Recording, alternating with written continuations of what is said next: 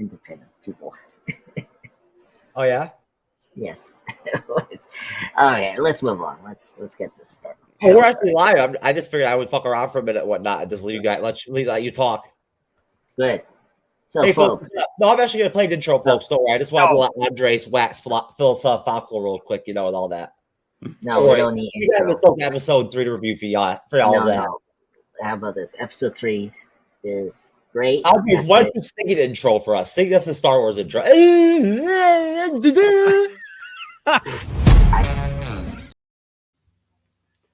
Andres, that is so funny. I didn't purposely freaking rip that just to make fun of you or something like that. It just happened to be a funny moment, and I couldn't help myself but grab it. It's funny.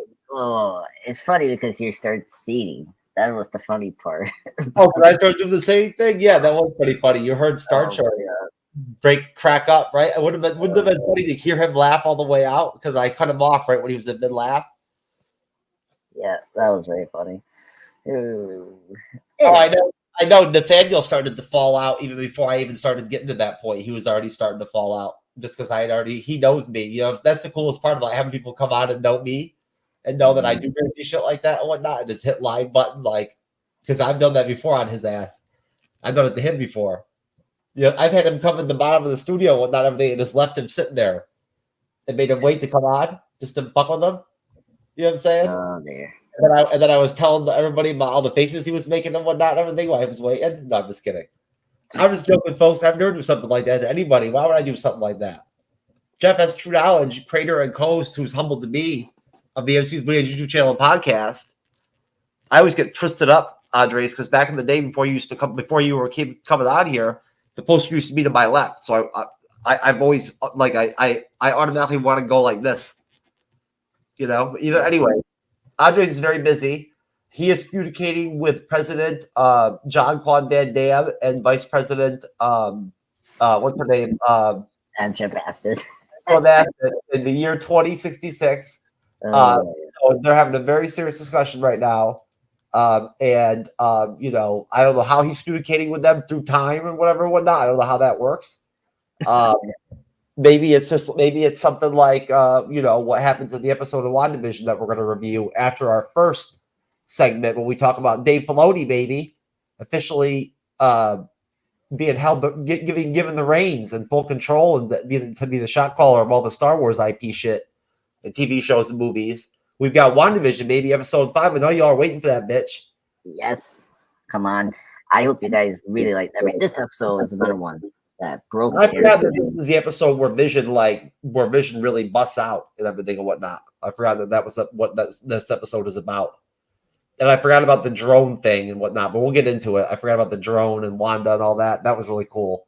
But anyways, folks, I'm here. I represent Andres the Pop Culture Guy over at Andres the Pop Culture Guy channel presents. Along with DC Marvel Plus Talk. He is, of course, my special guest co-host, the MCU'S Bleeding Edge Report, our Monday show that we've been doing now for how long, Andres? 6 months? Yeah. No. We started in July, right? So it's been like. I was putting some of our Dead City thumbnails up and whatnot and everything in like a Walking Dead chat group I was telling you about that I'm very like. Yeah. Every week, would it surprise you that in every one of those group chats I'm in, I'm like the star chatter or whatever, I get the little like award and everything all the time for like being the most participant or whatever in the group. Oh my god, yeah. Facebook does that. If you're in a group, you're gonna get like no. I talk all kinds of shit, you know that. You know what I'm saying? Like did you see the discussion today in the Infinity Saga chat about I was talking about the beer machines from back in the day? Yeah. Well, yeah. Whoa. Put back my comment of President Bassett and Vice President Jim Carrey. How dare you?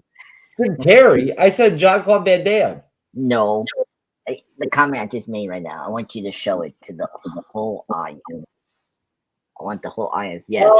Oh, I see. It's President and Vice President Jim Carrey. Okay, folks, and I see what Andres is doing is he's tying Jim Carrey into this because we're reviewing the Truman Show on Friday on the MCU's Bleeding Edge at 9:35 p.m. Eastern, 6:35 p.m. Pacific, and we're reviewing The Cable Guy, one of Jim Carrey's probably I think his funniest film for me personally, which I haven't seen since like friggin' who knows what 1998, 1999. So that'll be fun, right? I'll be laughing on that one. I'm trying to remember. I'm trying to think. It's been a long time since I watched a Jim Carrey comedy, bro. Nah, yeah, Cable Guy came out in '96, and then The Truman Show came out 2 years after that. That's in 1998. It came out. That's when he tried to get all serious. Although I got to give him props though. That one movie he did with the chick from Titanic, Kate Winslet. Eternal Sunshine, Spotless Mind. Yeah, that is a great film. I used to watch that in rotation when I was a kid. I thought that was like the coolest, most like quirky film. I really did. It's one of my favorite movies of all time. It's a great love story. Yeah, well, and a great sci-fi film as well. You know, take like Racing Memories. It's crazy. You know what's funny about that movie? I never realized Mark Ruffalo was in that movie. He was one of the workers, or whatever, whatnot, and everything. Yeah. And I've got to get that on DVD, and we need to review that. I've got to add that to the list because I'd really like to review that. That's actually very very sentimental film to me. Because I like romance. You know what I'm saying? I do. Like I was talking about when I was telling that guy Adam in the group today about that Atlas Shrugged book. Why I like it and I can get through it. He can't. It's because it's a book that's multi-layered, and I like multi-layered movies and multi-layered TV series. I like good secondary characters. I like romance. I like it when there's a little bit of everything, action, but you mix it all in. Only certain films can pull off like being very, only one thing. Same thing with books. But either way, no. I just want to point out. No, I was putting them Dead City thumbnails up, and I was trying to think to myself, how long has it been since we started the Bleeding Edge report? July. So because Dead City was in July, so we've been doing this for like 1, 2, 3, like 4 months right now. September, October, November, 5 months, 5 full months, basically. Yeah, if you're including this month, yeah. Oh, you know what? That's cool. So what we can do? We can celebrate your 10-year anniversary. And our 6-month anniversary doing the Bleeding Edge report at the end of the year, like it's a Christmas thing or whatever, whatnot. We'll do a Christmas show or something. Yeah, we can do that. Yeah. With our finale for WandaVision, we can add like a Christmas element. We can both wear like Santa hats or something. I got one of the Santa hats. I think we could do that. Of course, I live in Southwest Florida, folks. So Andres will probably be wearing heavy clothing and whatnot, everything, and I'll just be rocking like my usual t-shirt and my gym shorts on and whatnot, and my flip flops. And Andre would be like, Jeff, you fucking bastard. No. I mean, first off, we're in our house, so we're definitely warm. That's right. You're not outside. That's true. No, folks, I'm simply illuminating the fact that I'm from up north, just like Andres. Andres, I think, doesn't even know, but I've actually spent a lot of time in Jersey, where he's from. And you tell me. You say you were in New York before. Vacation there a lot of family there. Yeah. My girlfriend in college was from Ocean City, New Jersey. Huh. Like my college sweetheart. How come you don't have? Were you born and raised in Jersey? How come you don't have a Jersey accent at all? I'm in New Jersey. I mean, no. Are you born and raised there? Yeah. You just never developed the accent, huh? No. I mean, like, remember, my family. Yeah, I'm trying to forget. I'm trying to think. I don't think there's an accent. Does your mom have a Jersey accent? No. My mom wasn't in New Jersey. She's from Columbia. Because remember, my aunts and uncles and shit, they all have heavy Jersey accents. My cousins and whatnot and everything, they have like heavy Jersey accents. I gotta be honest. I can tell the difference between like an accent than like just a normal accent. And they're from Sussex, so they're not from like JC or anything like that. Whatnot. They're not from like the cities, whatever, whatnot. They're from Sussex, and they have accents. I I never met a person that like in my area doesn't have it. Like it depends if they're like a different like culture. Like they look I at used to go to parties with my cousins when I got older. They got into high school and whatnot, everything, and I would go up there. I used to bring girlfriends with me and stuff and whatnot, like to the, when I would go on the trips and whatnot, everything. And my girlfriend, I go to parties with them at that point. They were all had boyfriends, went to parties. A lot of their friends, a lot of the times and whatnot, had pretty heavy accents too. But I'll tell you though, I did meet a guy in college that was from Jersey, but he was also Russian, and he didn't have an accent either. oh dear. Well, I don't have an accent anymore either. Mine's not that heavy. I lost mine. It's just interesting. I never really thought about that. But no. So what do you think, sir? Did you find anything interesting about the Filoni? I've got this basically from Actually, Go ahead. yeah. Sorry. Actually, I forgot there was a major pop culture thing happen. I just it slipped my mind because Ooh, what is it? What is it? well, this is a drama. So let me actually yeah. Well, here you go. Let me put this link for you in the chat. Are you gonna tell me what it is, or was this like a surprise, or what? No, no. Anyway, so briefly, maybe we'll discuss that more in depth next show. But so I don't know, you watched the Scream films, the horror series with Ghostface. So last week there was a huge shock. The main actress that plays the Sam Carpenter, Melissa Barrera, got fired from the series because of these from this like statement she made on Twitter. Now, listen up. They didn't read fully what she was trying to say. So her statement wasn't like really bad. Oh, God, this has to do with the freaking Hamas bullshit and everything and whatnot. God. Yeah, and anti-sentiment. But then the weird thing is, Jeff, she wasn't being rude. Like she was like saying the right thing, and for some reason they fired. She reshared a post accusing Israel of genocide and ethnic cleansing. Yeah, I don't know. Like Andres, I'm not down with that, bro. I'm a Zionist. yeah. Well, do you know that's why. Do you know what that means? Well, yeah. I support the right to for the state of Israel to survive and exist. Yeah. Well, first off, I don't care about politics, so that's why I'm surprised that you even mentioned that. Like, holy crap! Like, yeah, I don't even like to get involved in that stuff.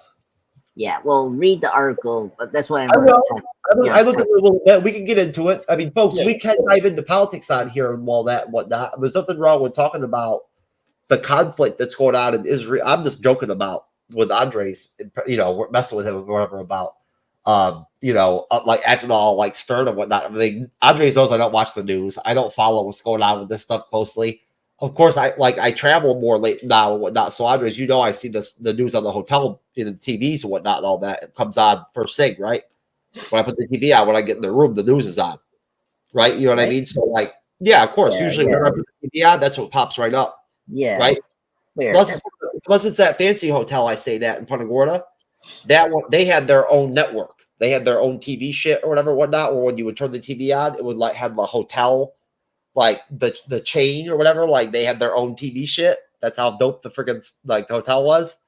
You go to their menu of the TV or whatever, whatnot. And then it would you work off there. Yeah, I mean, a lot of hotel TVs. Usually when I turn them on, it's usually what's on. Usually is CNN or Fox News. Yeah, I'm trying to figure out. I don't think my London. Oh no, yeah, my London hotel that was there for a week. Yeah, usually Fox. Yeah, that's usually on Fox. Yeah, usually. But anyway, no, I'll read the whole article. Yeah, and all I can honestly say about the whole thing is just that at the end of the day, Hamas is a terrorist organization, right? And when I see these kids at these Ivy League colleges and everything and whatnot, like Harvard, protesting Israel and whatnot, I honestly, Andres, I don't think they even know what they're talking about. They're just brainwashed kids. They're brainwashed by their professors. You know what I'm saying? They have no idea what the actual conflict is over there. And they have no clue that, honestly, that, Hamas uses, their people as, human shields. You know what I'm saying? I saw some chick on TikTok trying to get like donations for like Hamas for Palestine, for the Palestinian Authority on TikTok, some stupid kid. I'm like, you dumbass kid. I'm like, what happens, do you think, when you send money to the Palestinian Authority? Do you think any of the people get any of it? Of course not. You know what I'm saying? Like Hamas gets it and the PLO gets it, and they take all that money. The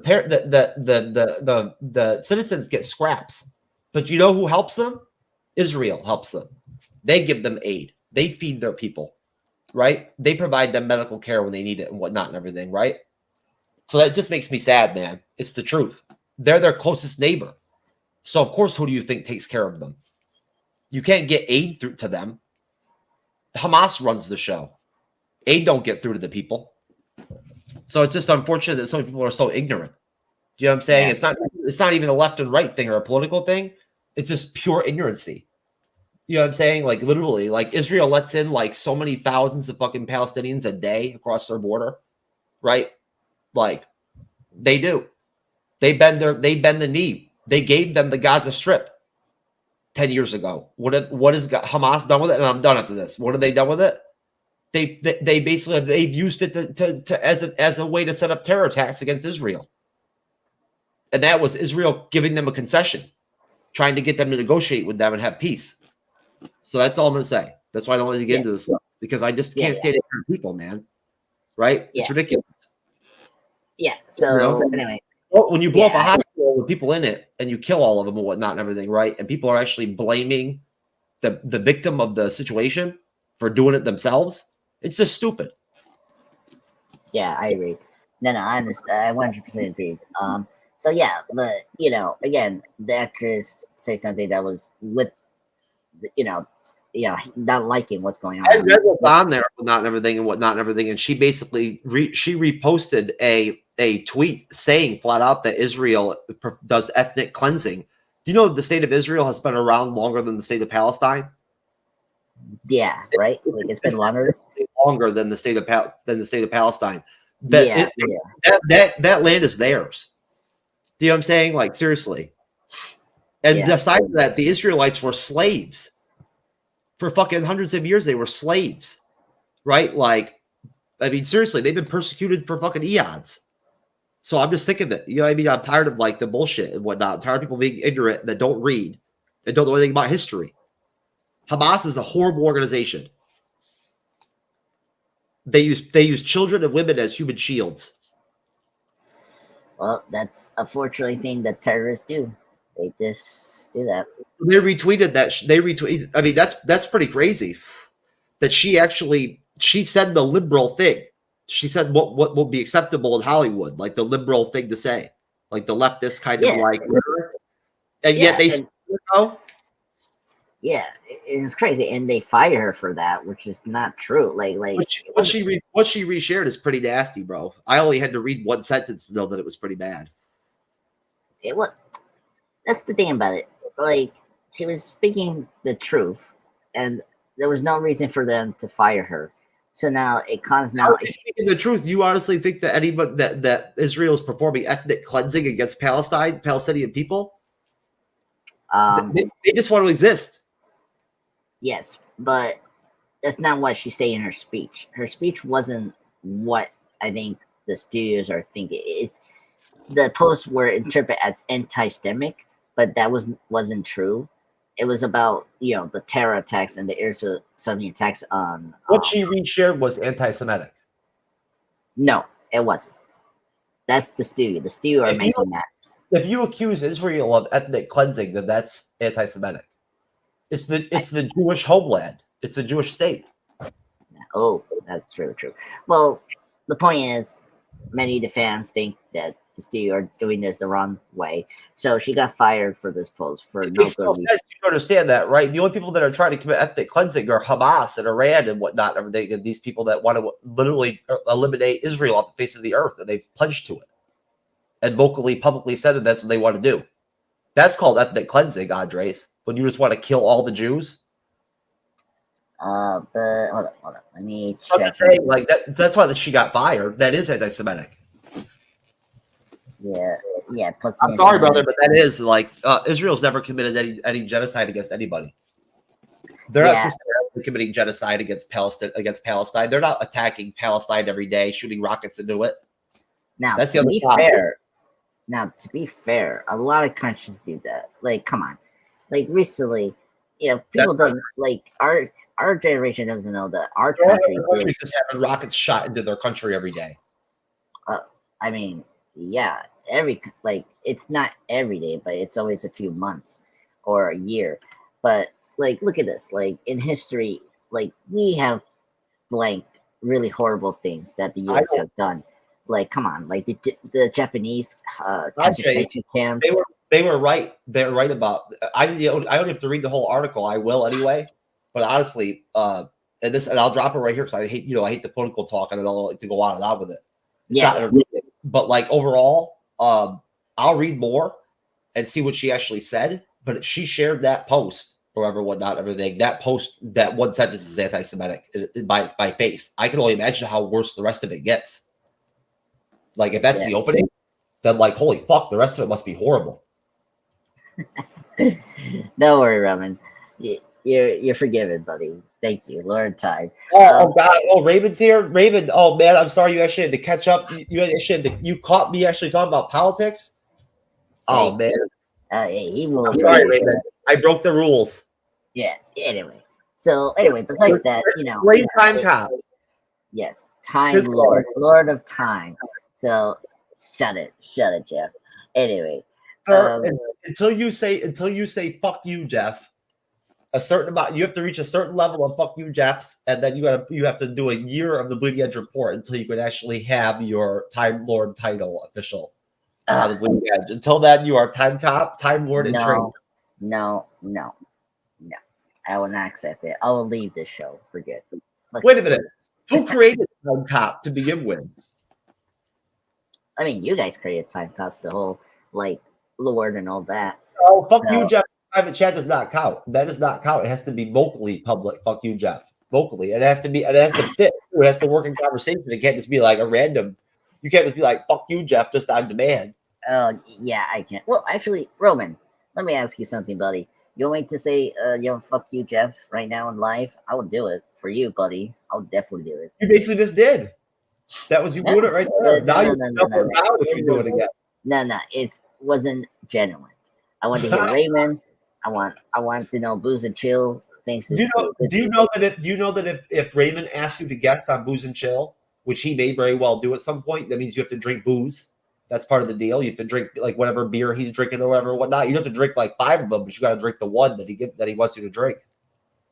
That's what he does. He like eats. He'll eat food and pair it with beer, right? Mm-hmm. He tries like weird, like unique, like variety beers and whatnot. Raven would know how to like explain it better than I can. I'm not a beer guy, so I don't really know the stuff that Raven knows about it. Raven's wife probably knows a lot more about beer than I do. But yeah, you have to actually you'd have to sacrifice, bro, and take one for the team and nut up and drink a beer with Raven. Booze and Chill, right, Raven? It's mandatory. Well, I have to pass. Unfortunately, I can't really I'm not really into alcohol drinks, unfortunately. So. Well, you know what, Raven? Maybe you could make a special episode just for Andres of Booze and Chill, and instead of Booze and Chill, it'll be Weed and Chill. You know what I'm saying? And you and Andres can just get Oh my god! You know what I mean? Oh, Raymond, that would be dope. I'll tell you right now. If you do that, if you can bring Andres on for that show, I will put a $35 super chat in your fucking shit. I'll create one with ChatGDP, bitch. We'll figure out how to do it. Me and ChatGDP are tight. We're like this. Yeah. So anyway, I mean, I don't know. Tell me, Raymond, what else should I do? Anyway, so besides that, so she got fired, and it completely surprised me that they are not going to do that, because this whole new series for the Scream franchise was pretty much about the. Well, she always do OnlyFans. Yeah. Well, leave first the. She looked cute. Yeah. Well, anyway, Roman. Hopefully, Roman is telling me that I can maybe say "fuck you" to you again.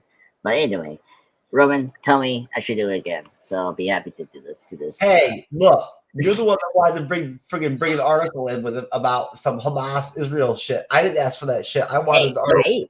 I wanted an article on Dave Filoni, maybe something peaceful and like nice to talk about, like entertaining. Please. Jeez, Well, Star Wars. Hold on. I mean, come on.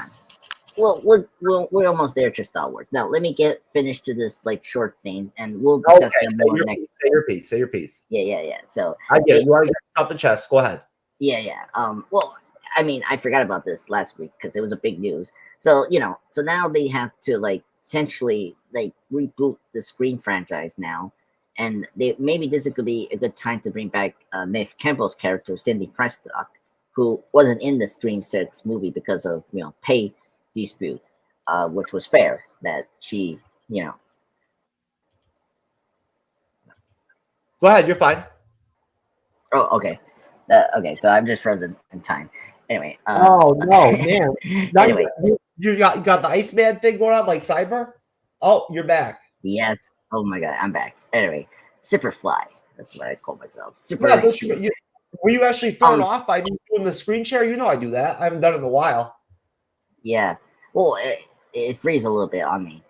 Anyway, so when I do that, does that it kind of gives you a little jolt.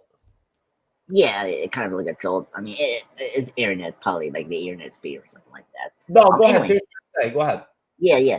So, like, okay, like if you're a fan screen, this could be good news to bring back Cindy Prescott to the franchise. But after the firing, we get another big news. I don't know if this is connected to the firing or it seems more legit than also Jenna Ortega, great actress who plays this other sister, Tara Carpenter.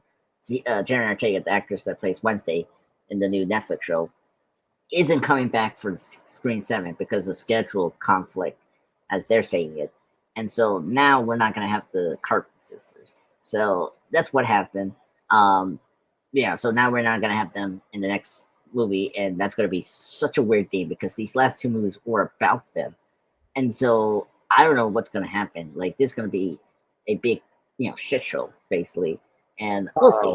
Oh, God. Raymond, Andres is using shit show now. Oh, man. Andres, look, honestly, the thing about me is I'm very cognizant of things happening for the first time. Like, that's one of my strengths. So I know I've never heard you use that phrase before. I love it. I love it, brother. Every time you swear, it makes me feel proud. Yeah. That I've corrupted another soul. No, you didn't corrupt me. This is me. I just like to save my cursing in the right way and make it in a very comedic way than yours. Anyway. Honestly, Raven, I'm gonna put together a montage, right, of some of Andres' first shows with me and Cyber, and him trying to do the humor at first, to try to go back and forth with me, right? Yeah. And Cyber, whatnot, everything more with me though, of course, right? But him going back and forth, and you could see him slowly progressing and whatnot. It's really funny and really cute and really awesome. Watching him, you can tell that he's not used to the shit talking and whatnot and everything, right? And everything, but he's hanging in there. He's trying to be, he wants to be a part of it. You know what I mean? And it's in him. You know what I'm saying? It's just, kind of it's, I've seen it with other people too, other people, other creators. It takes them a minute to kind of find their rhythm with the shit talk. So once he found his rhythm, he was good. But at first, just watching him, it's funny watching. I'll put together a montage for our Christmas special. No. Don't worry. No. I'm the king of self-deprecating humor, so believe me, I'll find some really embarrassing shit of me. So my most embarrassing moments, even I'll let you do them. You can even pick a couple. I'll let you pick my five. Your Andres' 5 top Jeff S. True Knowledge most embarrassing moments in Bleeding Edge history. I'll let you pick them, and you can even make and everything. Yeah. We can include Cyber, right? I mean, come on, he has my favorite moments. Oh, I'll include Cyber too. If you're gonna get dunked, and I'm gonna get dunked, and Cyber gets dunked too. Yeah. Everybody gets a taste of the pain. Yeah, he's gonna have to. I'll do a gag reel on Cyber. I know what shows to go to find good ones of him. Yeah. Anyway, he won't like it either. You'll take it better than him. Oh yeah. Oh my god. Don't tell him about it. He'll be pissed off. He'll already be pissed off. It hasn't even happened yet. Oh my god. So we'll see. I mean, it's funny.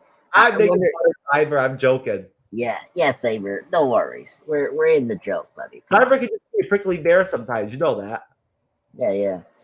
It's funny. Where is Cyber? Like he's usually the first What do comment. you mean? You have to do the Monday show. Listen, you got to give Cyber props. Yeah. At one point, No, we just did the Wednesday show, and I added the Friday and the Sunday shows. Yeah. Right, like when it started to become overwhelming for me with my insomnia and whatnot, everything to keep up with the Friday and Sunday shows on my own. Eventually he stepped in and whatnot and everything and started doing the Friday shows and whatnot and everything. And he didn't just do it for me, but he did do it partially for me. You know what I'm saying? To help me. Right. So I appreciate it. Yeah. No. I'm saying every time we do our Monday show. Oh, in the comment section, usually he's in there. I know. Is he in there? Yeah. Yeah, he's usually the first one before Roman and some He doesn't like us this week. He doesn't like us the last couple of weeks. He's not happy with us. We haven't been handling our business on the panel or whatever and whatnot, probably. So Cyber's like, fuck these guys. I'm moderating this shit out of shows and whatnot, everything, and these guys can't even handle their business. That was like 3 weeks ago. It was like the one day. That's it. I just Anyway, so you're right. I've been wondering where he's been too. Why he hasn't been in the comment section? Yeah, it's funny. Oh, I say I'm sorry, Cyber. I like you. I respect you. I try not to interfere your moderation at all. You have the precise organization. Cyber, you already know I love you, brother. That's why you get to go to Rockville, Daytona Beach with me on vacation again this year, motherfucker. Oh, and Booze and Chill, Mr. Raven, stop giving me super likes, motherfucker.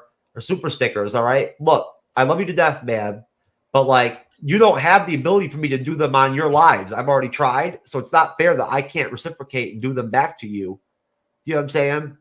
You know, like, yes, thank you, Raymond, very much. Of course, we really appreciate it, whatnot, everything. But it just pisses me off because I can't reciprocate it, whatnot, everything. I caught your live with your wife the other night. I think you guys were still live. I couldn't tell. I was in the comment section. But you might have been already done. So, sometimes I get confused. You know what I mean, Andres? Like I go on people's lives. I can't tell if they're live or not. Yeah, you have to get like if you get the notification for him actually going live, then you could jump in. So yeah, you have to be like on time for that.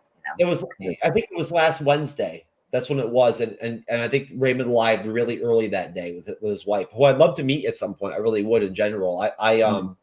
I love to meet my male friends' wives and girlfriends and whatnot and everything, right? Like, you know, I'm a decent guy. I'm just like you, Andres. So, you know, it's always nice to meet like other like your guy friends, significant others and shit like that and whatnot, especially when they react when they like record. Like, you know, like Raymond's wife does. She actually does the shows with him. Yeah, that's pretty awesome. Yeah, Raymond's got a whole crew going on over there. It's cool.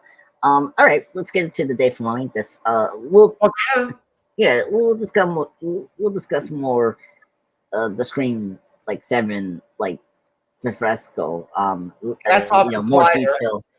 Most definitely, we will. Hats off to Collider. Yeah. I like Collider, and basically, let me just go ahead and skim through this real quick. You can see this, okay, Andres? Let me see. Sorry. Yeah, I can see. It's good. All right, so we got Ahsoka creator Dave Filoni promoted to chief creative officer of Lucasfilm. President Kathleen Kennedy will continue leading the company. Great, wonderful. Why? Who knows? Hopefully, hopefully, with the next movie she makes bombs, she's out. If I understand correctly, that's her situation right now. Is that the next movie that like she greenlights or whatnot, if it fails, then she's done. Like she has to resign. I don't know what kind of contract they've got her under or whatever, but I guess she's like untouchable. Like they can't fire her for something.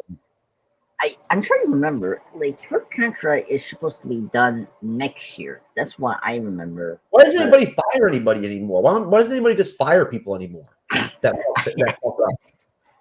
I know. Why doesn't Feige just fire people? Like fuck, man. Stop being nice, Kevin. Wait. Actually, we kind of got firing from the Marvel Studios. Like Victoria Alonso got fired. That's one person. You don't think she's the only one that deserves to go? I mean, yeah. I mean, more people should like I fire. mean, they basically did fire some people because they let some of those directors and writers go that were going to write and direct some of the films that were coming out. Now they're not going to because Feige wasn't happy. But anyway, so let's see what we got here. Now, of course, this broke 6 days ago, folks. Now it looks like the guy who basically already was kind of like their go-to guy anyway, where whenever they would go to put a movie out or a series out, whatnot, everything, they would go to him to sort of come in and tighten everything up, right, Andres? Like go over the project and tighten up anything that needed to be tightened up, fix anything, you know what I'm saying, fix any issues. They run into walls, they'll go to him. But he, as I understand correctly, he wasn't the shot caller.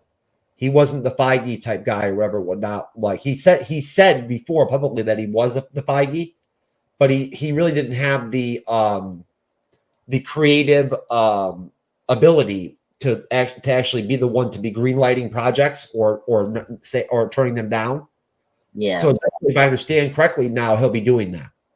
So he'll actually be the one that decides what they make and what they don't, Star Wars wise. So he's truly reached the high ground. I mean, he's basically been promoted. So Ahsoka creator Dave Filoni has officially been named as Lucasfilm's chief creative officer. Of course, Lucasfilm is owned by Disney. He will work closely alongside Lucasfilm president Kathleen Kennedy and head of development Carrie Beck. I'm sure she's a cunt too. Now I'm what's called chief creative officer of Lucasfilm. Filoni announced. Filoni's such a low key guy with his cowboy hats and shit. Yeah. In the past, in a lot of projects, I'll be brought into it. I would see it after it had already developed a good ways. In this new role, it's opened up to basically everything that's going on when we're planning the future, what we're doing now. I'm involved at the inception phase. So that's basically what I was trying to explain there with Andres and say was just that now he's actually going to be in the pre-production phase of everything and whatnot, in the planning phase. He's not just going to be the guy that they bring in to fucking tie up loose ends, right? And fix shit. You know what I'm saying? And whatnot, everything, right?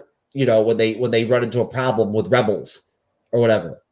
Although he has been a part of the planning of the Mandalorian with Favreau, I think, from jump. Yeah, from the start, yeah. Yes, that's been them together. Although Favreau writes it, doesn't he? Yeah, I think so.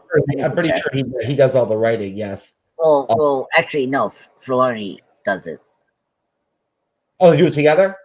Yeah, they do it together, I think. Because Filoni is a writer. Look it up and see real quick. Just pull up the Mandalorian and see who gets the writing credits on the episode. Yeah. I'm doing that right now. Continue. They greenlit season 4 of the Mandalorian, right? That's been already news. I know that's already. They officially greenlit it now. It's concrete. Okay. I mean, so we all knew we were going to get it, but there was some doubt that there were questions that they might not do another season. There were people that were saying it might not happen. That they might go right to the movie, right? The Mandoverse film, but it looks like they really want to. I think it's just common sense. The Mandalorian is the most popular Star Wars entity that they have on Disney Plus, right? It's what draws in new subscribers, and it's a great show. And I saw Katie Sackhoff the other day on Twitter X with a picture of her with her Bo-Katan outfit on, with her hair back and everything and whatnot, all Bo-Katan'd out. So obviously, they're shooting. Obviously, they're shooting scenes for season 4 already. You know what I'm saying? She was on set. It was clear that she was either on set or on her way to going to the set, right? Yeah. So they're in full on production. Ahsoka season 2 is a definite too, and they're going to continue the Balin Skull character in some way. Okay. Right. We wanted that to happen, right? For me, it was either way. I was happy to either recast it or not continue that. They have to recast it, kind of though, don't they? Because think about it, the way that the series ended was Balin staring at the faces of the father, the son, and the daughter. Remember? Yeah. So it's obvious that season 2 is going to be split up, and that we're going to get real quick. We're going to get Ahsoka over there on Peridia still, right? That's why they kept her in Peridia, because Balin he wants to find the Mortis gods. Yeah. He wants to connect with them in some way, as that's his grand solution, is that power, that force power, like from those gods, those force gods. So they're going to have to do something. They're probably going to have to recast it. I hope they do. I mean, with all, of course, all due respect to Ray Stevenson, who did a great job, I thought. Yeah. But, okay. Okay. So go ahead. All right. So I got the Wikipedia, and yes, so Dave Filoni does write it, but also Jon Favreau as well. He has written like pretty much all the 3 seasons with Dave Filoni, and other writers too. So okay, so they write together then. All right. No. They just wrote together just one time. That's actually in season 3, but across the 3 seasons, they wrote single episodes, but separately from each other. Okay, I see. All right. Yeah. So Filoni hopes his new role will see him step into more of an advisory position, with the writer, director, and producer comparing it to being like a part of the Jedi councils. He plans to take a more collaborative approach in all aspects of his job. I'm telling people what to do, but I do feel like I'm trying to help them tell the best story they want to tell. Says Filoni, I need to be a help across the galaxy here. I have literally hours now of Star Wars storytelling I have done. See, I even phrase that like Yoda. Oh, wait, whatever. What other Star Wars projects has Dave Filoni worked on? Well, we already know all that. He's worked on Clone Wars. He worked on Rebels. I think he was a big part of Rebels. See, Rebels is interesting. Rebels was a Simon Kemper kind of passion project, but he was like there as a executive producer. Yeah, he was almost basically like the showrunner. Filoni was of that whole, if I understand correctly, of at least in the beginning of Rebels, because I watched the whole like 2-hour YouTube video or whatnot, explaining the entire process of the production of it, right, across the span of the 3 seasons or whatever.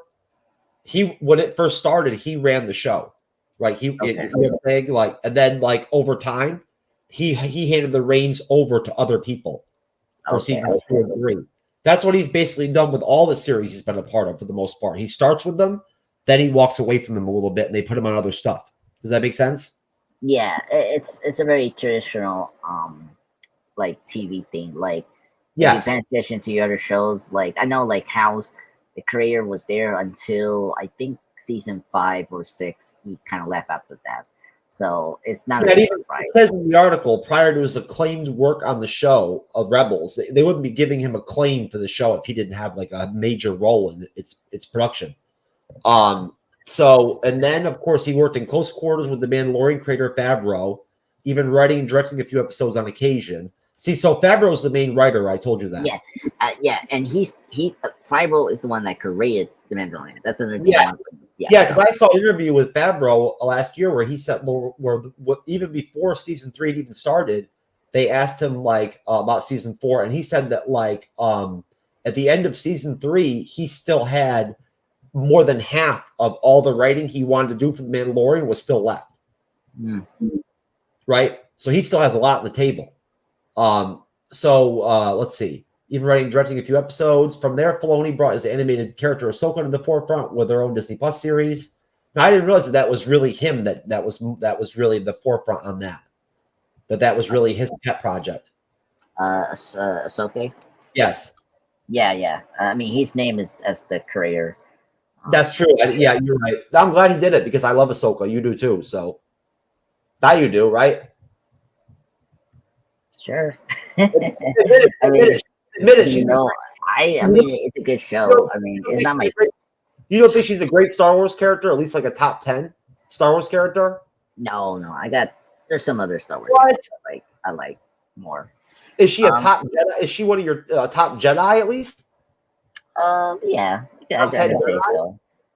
Nah, like 8 or 9. I'd probably put her. Oh my God, folks! Jeez. Exactly. Just because what's her name? Is so slow with her fucking hands and whatnot. She can't do lightsaber battles very good. Doesn't mean you got to hold it against Ahsoka. It's not her fault. No, it's not. It's not that. I mean, also, folks, just a reminder: I'm not a Star Wars fan, so I'm more of a Star Trek fan. I just became one, but that's basically the gist of it, folks. So the reason we wanted to highlight this is because, of course, we cover Star Wars here on the Bleeding Edge, right? We do. Now that we covered Andor, which I wish Andres had been here with us for that. I really do. If I could go back in time and whatnot and everything, and I would have known that he was a time cop, I would have told him to time travel, right, and do Andor with us and whatnot and everything, because it would have been dope. Andor was such a great series to review. And we got to do Rogue One eventually too. You know what? Since we don't really review Star Wars movies, we never have. I'm going to add Rogue One to our list for next year, so we can just review a damn Star Wars movie for once. We've never done one. Or maybe we should do the fucking the prequel trilogy. Oh my god, I haven't watched that in a long time. How about you? I'm trying to figure out. Yeah, it's been a while for me for prequels. I think it's episode 3 I've seen the most. I know Cyber would rather watch the original trilogy. Well, that's the thing. It's like you have to start either because it's not quality. It's just kind of do you want to see first the prequels and then go to the original because of the information you get, or you just want to see first the original trilogy before you see the prequels, because the prequels just do a lot of contradictory and retcons to the continuity that you was never there for the original trilogy.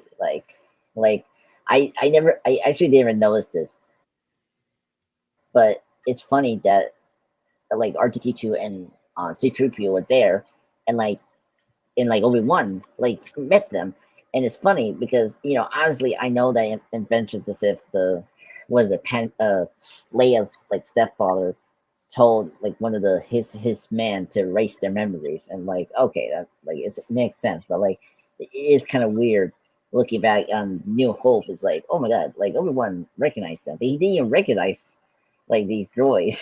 When you see New Hope, it's so funny. It's oh my god.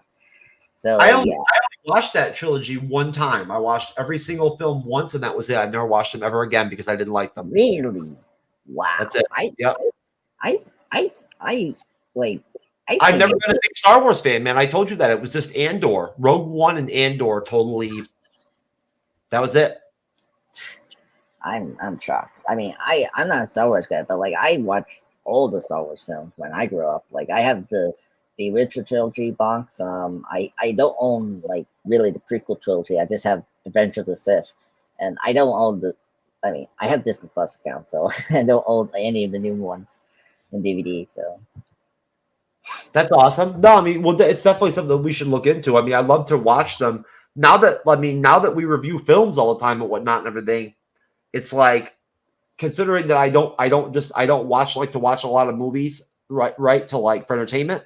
Yeah. At that point, I'd rather do stuff and watch it and review it, if that makes sense. I'd rather spend the 2 hours or whatnot and then use it and make content out of it, right? Yeah, that's true. We talked about on your show last night and whatnot, everything. When I went over to Andres, the Pop Culture Guy Presents YouTube channel to review the first Addams Family movie with Andres, and it was fun. We had a blast. Oh yeah, 2 hours of fun. Oh, by the way, that is reaching high numbers. It's crazy. I never expected that first film to be that long. So what do you mean? You mean the live? Well, yeah, the reviews is up to 100 reviews right now. Oh shit! That's crazy. Yeah. Wow. No shit. Good for you, brother. You know what? Now that makes me feel really good about myself. Now I feel glad that I was able to participate and be a part of that. Yeah. So you should be happy. I'm happy. We happy. It's a Christmas miracle. It's a Thanksgiving miracle. Come on. How did you feel when you saw that? Yeah. Well, first up, I mean, I already have 100 views in some of my videos. I know that, but I'm just saying, how did you feel when you saw that big spike of views and whatnot like that and everything? Well, first off, I was more. It's more of shock than oh, really? Shocked? You were happy too? You didn't smile? Well, I was shocked that. Did you not believe it? Well, I can't believe You're like, no, I no. bet Jeff paid with the bots or whatever, whatnot, to do this or whatever the fuck, however it works or whatever. I mean, it has to be the bots, right? Because like, how is it that It's not the fucking bots. it could be because it's weird because the sequel should have done more than the first film, right? Because like the sequel is everyone liked the sequel more than the first film. So There's so many different reasons and so many different things. You know what I'm saying? There's so Yeah, many. yeah. You know that, brother. There's so many different reasons why people. You know what I mean? Right? yeah, Like, I get it. I get it. I mean, look, I don't question it. It's good, so I'm very happy with that. good. It's good. It's a hey. You know what? That's a big jump to do your first like handful of live streams and whatnot, everything, and jump from like 25 views off of one or whatever, whatnot, like to 100. That's a big jump, brother. Yeah, like so, like the Chucky series were like up to like 20 or like 30 reviews. Like our last Chucky was like only like 6, and then when we did the Addams Family sequel, Values, it had 16 reviews, and then now with the film is like 120 right now after 22 hours. That's awesome. Yeah, yeah. So yeah, that's good news there. Speaking of Dave Filoni, like I, I mean, I'm happy for him. Happy for the promotion. I think he's a good writer, a good director.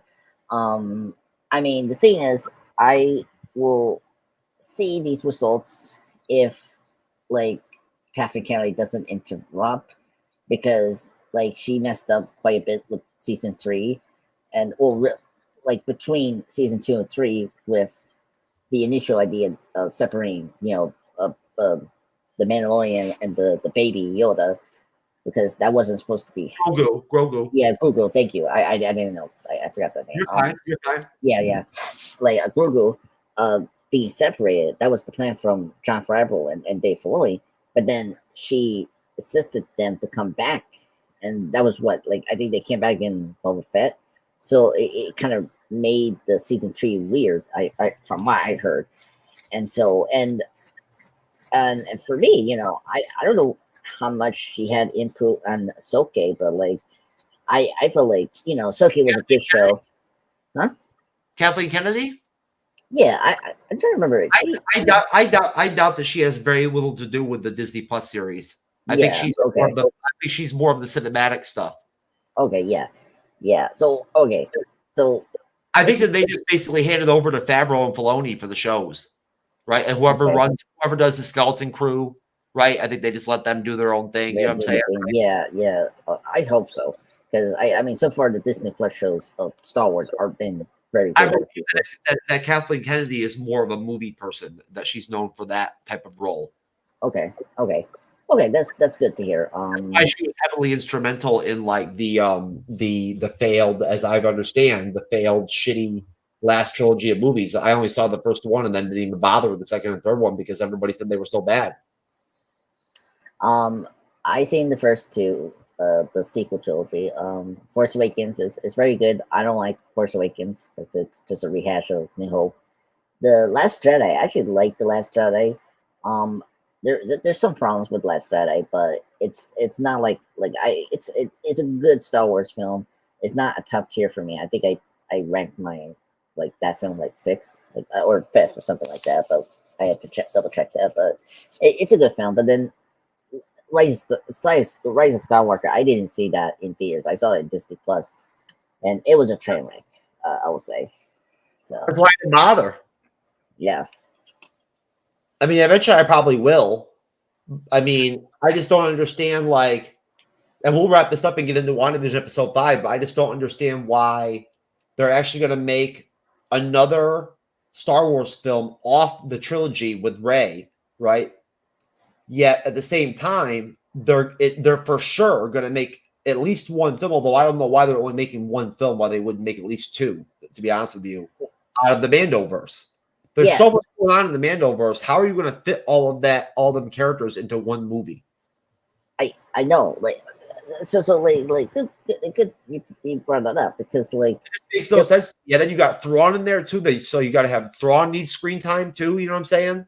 It's going to be his movie. It's going to be titled the movie will be titled Thrawn with Thrawn's name. It'll be one of the, you know what I'm saying? Like that's how one of the book names, like Thrawn Empire. Yeah, Yes, exactly. It's going to be one Yeah, of the games. yeah, At least that makes sense. that's what Jay from Jason from DJB always says. Mm, He said he seems to know his shit. You know what I mean? yeah, Whatnot, right? yeah. I think he brought that up in the Soke show. I think so. Yeah, yeah. It makes sense. It makes sense that they would want to make a film out of everything that they've got going on, especially they added the Ahsoka in there. I really do think that they just added the Ahsoka to like that because of the minute that they knew they were going to do the movie. Yeah, Truthfully, I think that's why they did it. yeah. I think Well, they added Ahsoka because they wanted to incorporate her into whatever they have a vision of what they want this movie to be, and it's going to be based on one of the Thrawn novels, yeah, loosely. yeah. I agree because like forever, like before the sequel trilogy happened, like I think Star Wars fans in the community like always thought that the Thrawn like books, like the Thrawn trilogy, should be the next logical thing to do for like a sequel trilogy for Star Wars if you were gonna go back to Star Wars again. And we didn't get that. So I think that for me, it made more sense to do it now because it's the only thing that will definitely bring back the Star Wars fan. Yeah, I agree. I never. Like, why are you doing a Ray movie? Like, I like the actress, but I don't like the character Ray. I mean, I don't have this. I just don't understand why would you want to make the one standalone film out of the Mandoverse, and then you're going to make one film off the trilogy, so you're going to have two films competing against each other, basically, right? Yeah. Like to some extent, right? Well, Like and out of with no connection. yeah, well, it will not connection, but also out of continuity as well. Like because That's like what I'm saying. You're going to have characters that are going to be alive or exist in both continuums. now to be fair, Marvel has done that. Like just remember, like Kinda. Phase One, like kind of, yeah, like good. No, that's a good point. Like kind of, like we saw that with Phase One, with we had Not like what we're talking about with Star Wars, where like you've got no, pivotal no, characters like fucking Luke's still alive and whatnot, everything, right? And everything and yeah, whatnot. And Luke is alive in fucking in the Mandoverse too already. yeah, As we know from what's his name's fucking series that I watched. It was terrible. Obi-Wan. Obi-Wan. That was a terrible series, bro. I don't know what Yeah. the fuck you were thinking with that. See, I feel like Kennedy was in that show. It feels like, but I don't know. Anyway, I don't know why they wanted. I don't know why they had to make that like African American Inquisitor like that. Gave her such a big role in the series. Like, why should it be such a big deal or whatever? Who gives a fuck? Right? Like, focus on Obi-Wan Kenobi, motherfucker. Yeah, I don't know what like it felt like well I haven't seen Obi-Wan, but McGregor, bitch. Who is that bitch? I don't know that bitch. Who gives a fuck?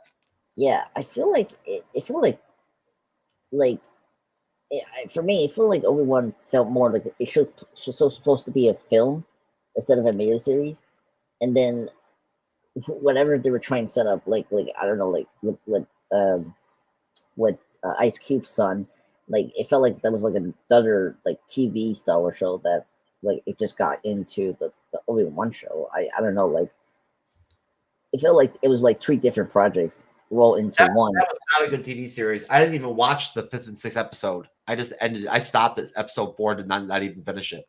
And why did they have to have him like protect Leia as the whole concept of the series? See, that is throwing the continuity. Like he know Leia, but I always thought from the original and particularly in the sequel trilogy that he just knew Leia because of the connection of Anakin, but that's it. But the fact that you throw this like part where he actually interacted her, that doesn't make sense. Like I like as because Leia knew like Obi-Wan because of his interaction with his father during the Clone Wars, and that's it. That makes sense. But with this like continuity, that doesn't make a whole lot of sense with New Hope and in the original trilogy. It's just it throws me off with the continuity of Star Wars, and it's like don't ever do that. Like that's why I did like in Captain Marvel, that they force her character into continuity, and it's like doesn't even make any sense, you know. And I know, you know, you and I like the Marvels, but I still don't like that in the Marvels we kind of like yeah, lightsaber fights. I like the Marvels. I'm telling you, we need to look at like you know, again, like you know, I really enjoyed our Marvels review. It was fun. We had a good time, folks. It was a great review. Probably one of our Yeah, best that me and yeah. Cyber and Andres have ever done together as a group. That's just the three of us. We killed it. And Oh no, I think my favorite is what was it? I think I try to figure out what's our favorite together. we have fun doing the DC animated reviews. Oh yeah, that's my favorite. I think Loki was my favorite with you guys. That was fun, just the three of us. That's cool. Yeah, Hey, just use the force to click the like button. Yes. you got the second part of Infinity War coming on Wednesday, man. That's going to be fun. Oh, oh god. And you, Mariana. Oh yeah, I can't believe Raymond, this. Yeah, Raymond, thank you so much. Raymond, you're a funny what are you man. going to say, Andres? You can't believe what? I can't believe we're already we're gonna be soon Tuesday tomorrow and I I think know. soon. I know it's going to be 2024. That's why I'm already planning the schedule for next year. You Yeah, got to get. You got. Were you surprised that I was already thinking ahead like that and whatnot? And everything. I know that like I can be kind of up and down because of some of my bullshit and whatnot. So you never know kind of what you're going to get sometimes. Like no, I no, know I mean, like no, it's funny, like, isn't it? How sometimes I can be so productive and whatnot and everything, right? And other times I'm just like blah. yeah, well, no. I did that. Remember, I had plans to do like I usually do that with my channel, like plan what I'm gonna do. I And know that. I'm not trying yeah, to grill. I'm not trying to beat myself up or whatever, no, no, whatnot. no, no, no, no. No, like no, I'm agreeing with that because you know, like it's just sometimes like if you don't have like a great like people have to understand in YouTube, like sometimes you're gonna have a great month as a content creator, but then one month is gonna be slow and your views are not gonna be as high as the previous month because it's the star algorithm that they place, you know. And I understand where you're coming from, Jeff. You know, like when you plan this thing, you hope that this thing can work and give you your success and all that and the algorithm but you know Well, no, I mean, you know, I feel blessed at the end of the day that we're almost to 40,000 subscribers and I've got good people on the shows. I just miss, um, I feel like my own issues and whatnot and everything, that I can't control. Not that I want to get personal, folks. We all have our problems, but just like Andres does and Raymond does, we all have our issues in life. But things that have kind of held me back and whatnot and limited my ability to like keep certain aspects of our stuff up, right? Like our podcast, for instance, and whatnot. It bothers me.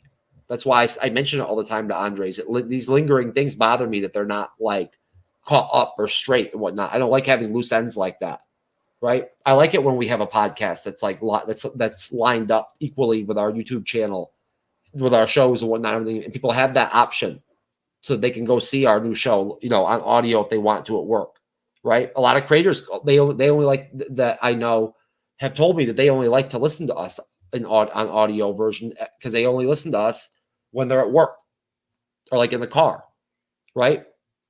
But you know, but we do have a lot of other creators that do just watch our shows and watch what we do because they want to, you know, either they you know they know us or whatever, and they want to. Are you there, Andres? Oh, I lost him. He's Iceman. Raymond over here talking to like the to you and the birds over here and whatnot. Andres, drop and come back in, bruh. If you can hear me. I'm not gonna just leave you hanging like that and whatnot, everything all Iceman out and shit and whatnot. Because you look all innocent looking and shit and whatnot, everything. I'm gonna start making fun of you in a minute. Anyways, folks, it's okay. I can hold it down solo for a minute. I love the whole like WandaVision logo thing I have in the background and whatnot. That's the TV from WandaVision. That's what that is behind me. Raymond, are you over there still talking shit? Raymond's over here still talking about the Force. Raymond, may the Force be with you, brother. Right? Especially when you decide to come guest on the Bleeding Edge again soon, because I could use some guests if you haven't noticed. Right? It'd be nice to actually have you on the Bleeding Edge report. You could have done freaking the segment with us on Filoni and whatnot and everything, right? And all that shit. Instead of going to the comment section, motherfucker. You could have jumped on for an hour and then we would have banged out our WandaVision review of episode 5. But Raymond, we have I noticed that you've been living early on Wednesdays, whatever, whatnot.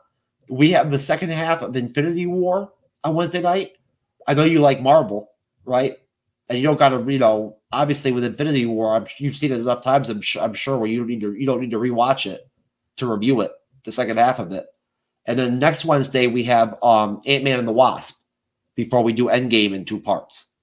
Right, so we're back in our Infinity Saga review series. That's why I put you in that group, the Infinity Saga. Did I put you in the Infinity Saga review group, Raymond? Let me know if I did or not.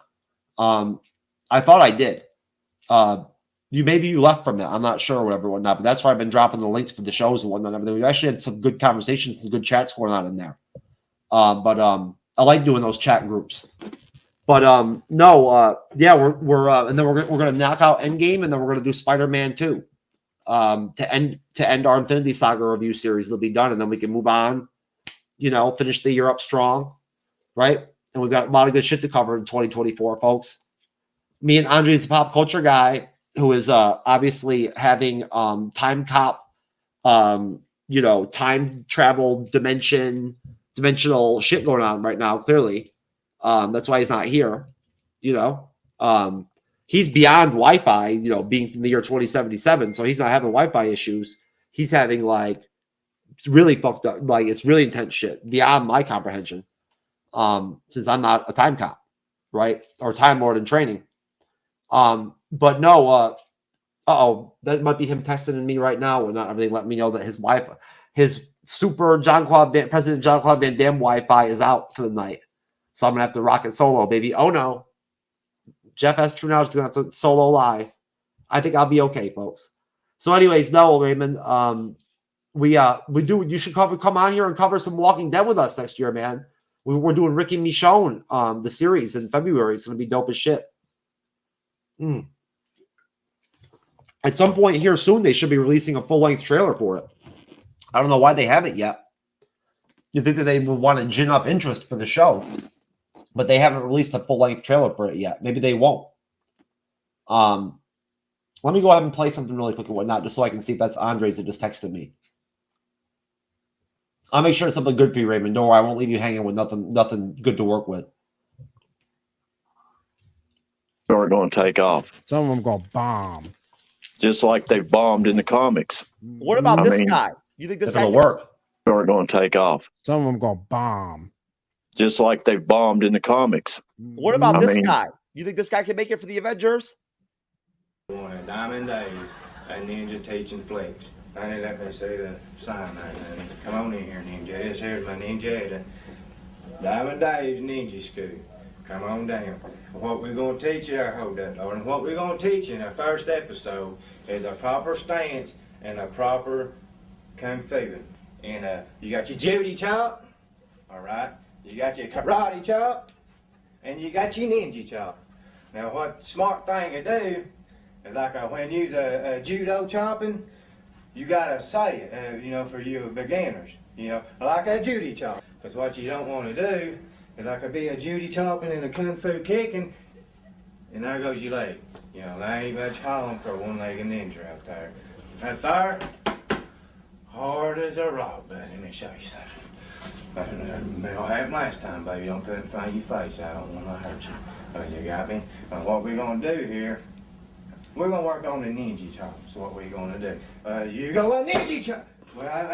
Now see, now sometimes it don't always work for a ninja. But practice makes it perfect. Don't go ninja nobody. Don't need ninja. Alrighty? Now them things there, if I was put them in my pockets, that'd get me for concealment of a deadly weapons. It says you got your son fella coming at you out in the trailer park. Regular cannon you say? No, says I. Watch this, people.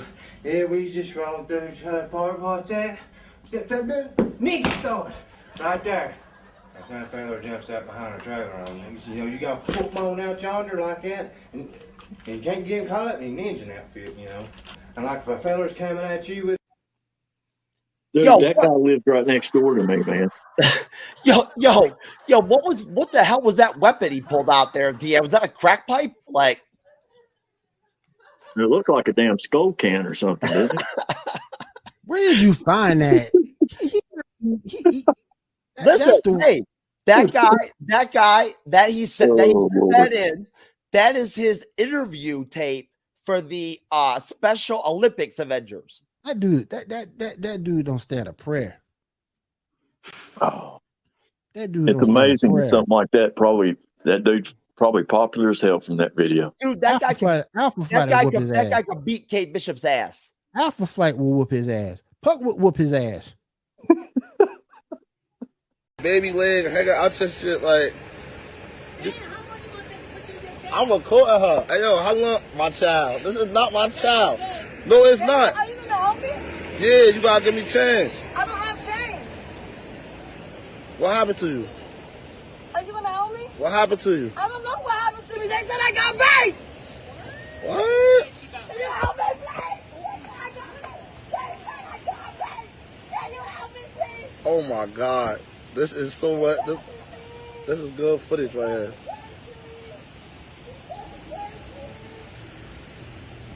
Hey, yo, come on. I'm gonna help you right now. Come on. Where are you gonna help me? I'm gonna go get change for you. Okay, Hey, miss, you got change for a 20? You got change for a 20? They said I got raped. I don't know what's going on. I'm about to help you right now. Relax, yo. What I'm trying to understand with that video, really, like, honestly, Raymond, this is very serious here. I'm really, like, makes it very confusing. For one thing, why does the guy want to get changed so badly for this chick? Like, first the chick is telling the dude that's his baby or whatever, whatnot, that baby leg. Now, it took me a long time to figure out that that's what the whole deal was, right? Like, I played that video for so long, whatever, whatnot, like 25 times. It never occurred to me until all of a sudden one night it hit me, and I just, like, at first I was, like, spellbound. And then after that, I like, cracked up and fell out.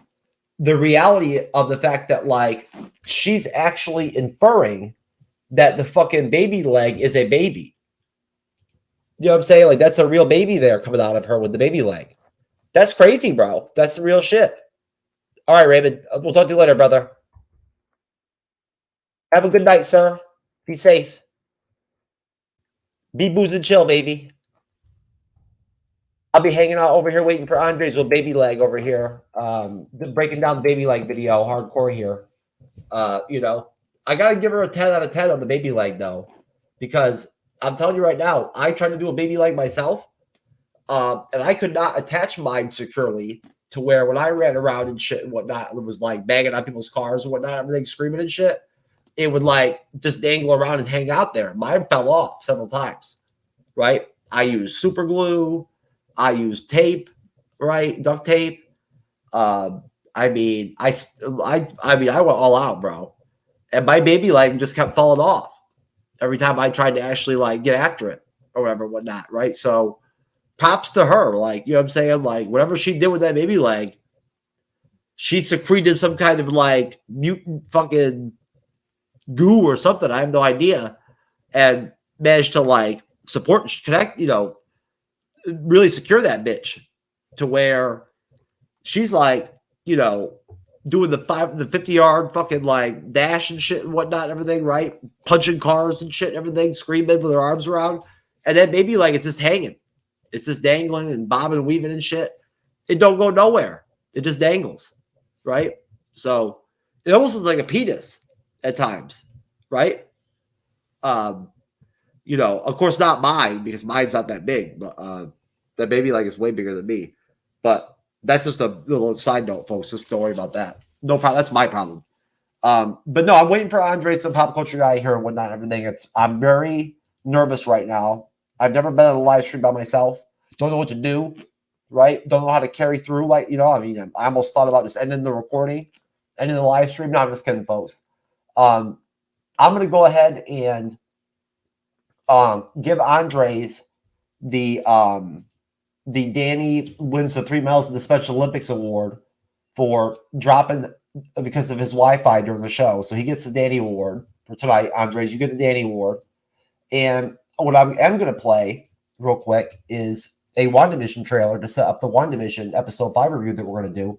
Andres will be on here just a minute. I'll start it without him if I have to.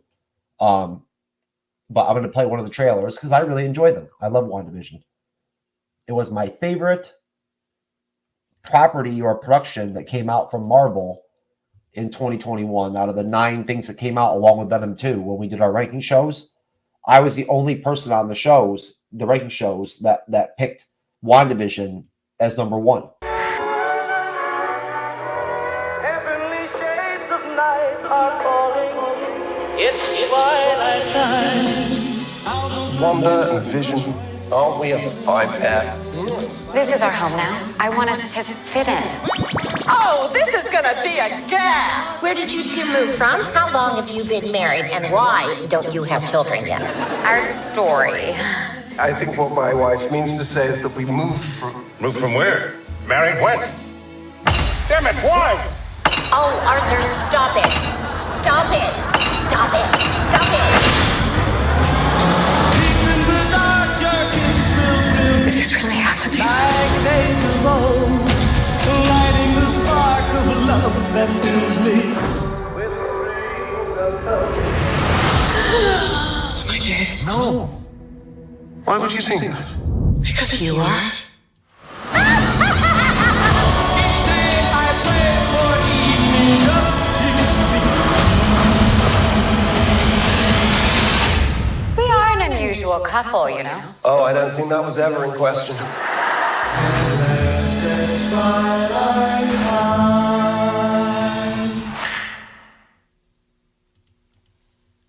Oh man, now I'm having technical difficulties here, folks. I don't know what's going on here.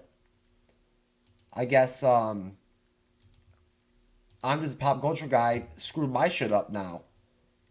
So now my cameras aren't working or whatever and whatnot. What's going on over here, Andres? Why you gotta mess up my shit, bro? Come on now. Can't be having that. There we go. All right. I guess I can only use one camera tonight. What's up with that? Anyways, so yeah, WandaVision, episode 5, folks. MCU's Bleeding Edge report. WandaVision, I guess this would basically be, you know, with it being a 9-episode series, this would be sort of like the quasi midway point of the series, whatever, episode 5. You know, there is no episode 4.5, right? Unfortunately. So this was sort of like the midpoint. And I mean, I reviewed this already. We started the MCU's Bleeding Edge off by reviewing WandaVision episodically. Andres also reviewed it, although I believe he did like a full season, just a season 1 review. But he reviewed it too, of course, and he watched it when it first came out, just like I did, just like Cyber did.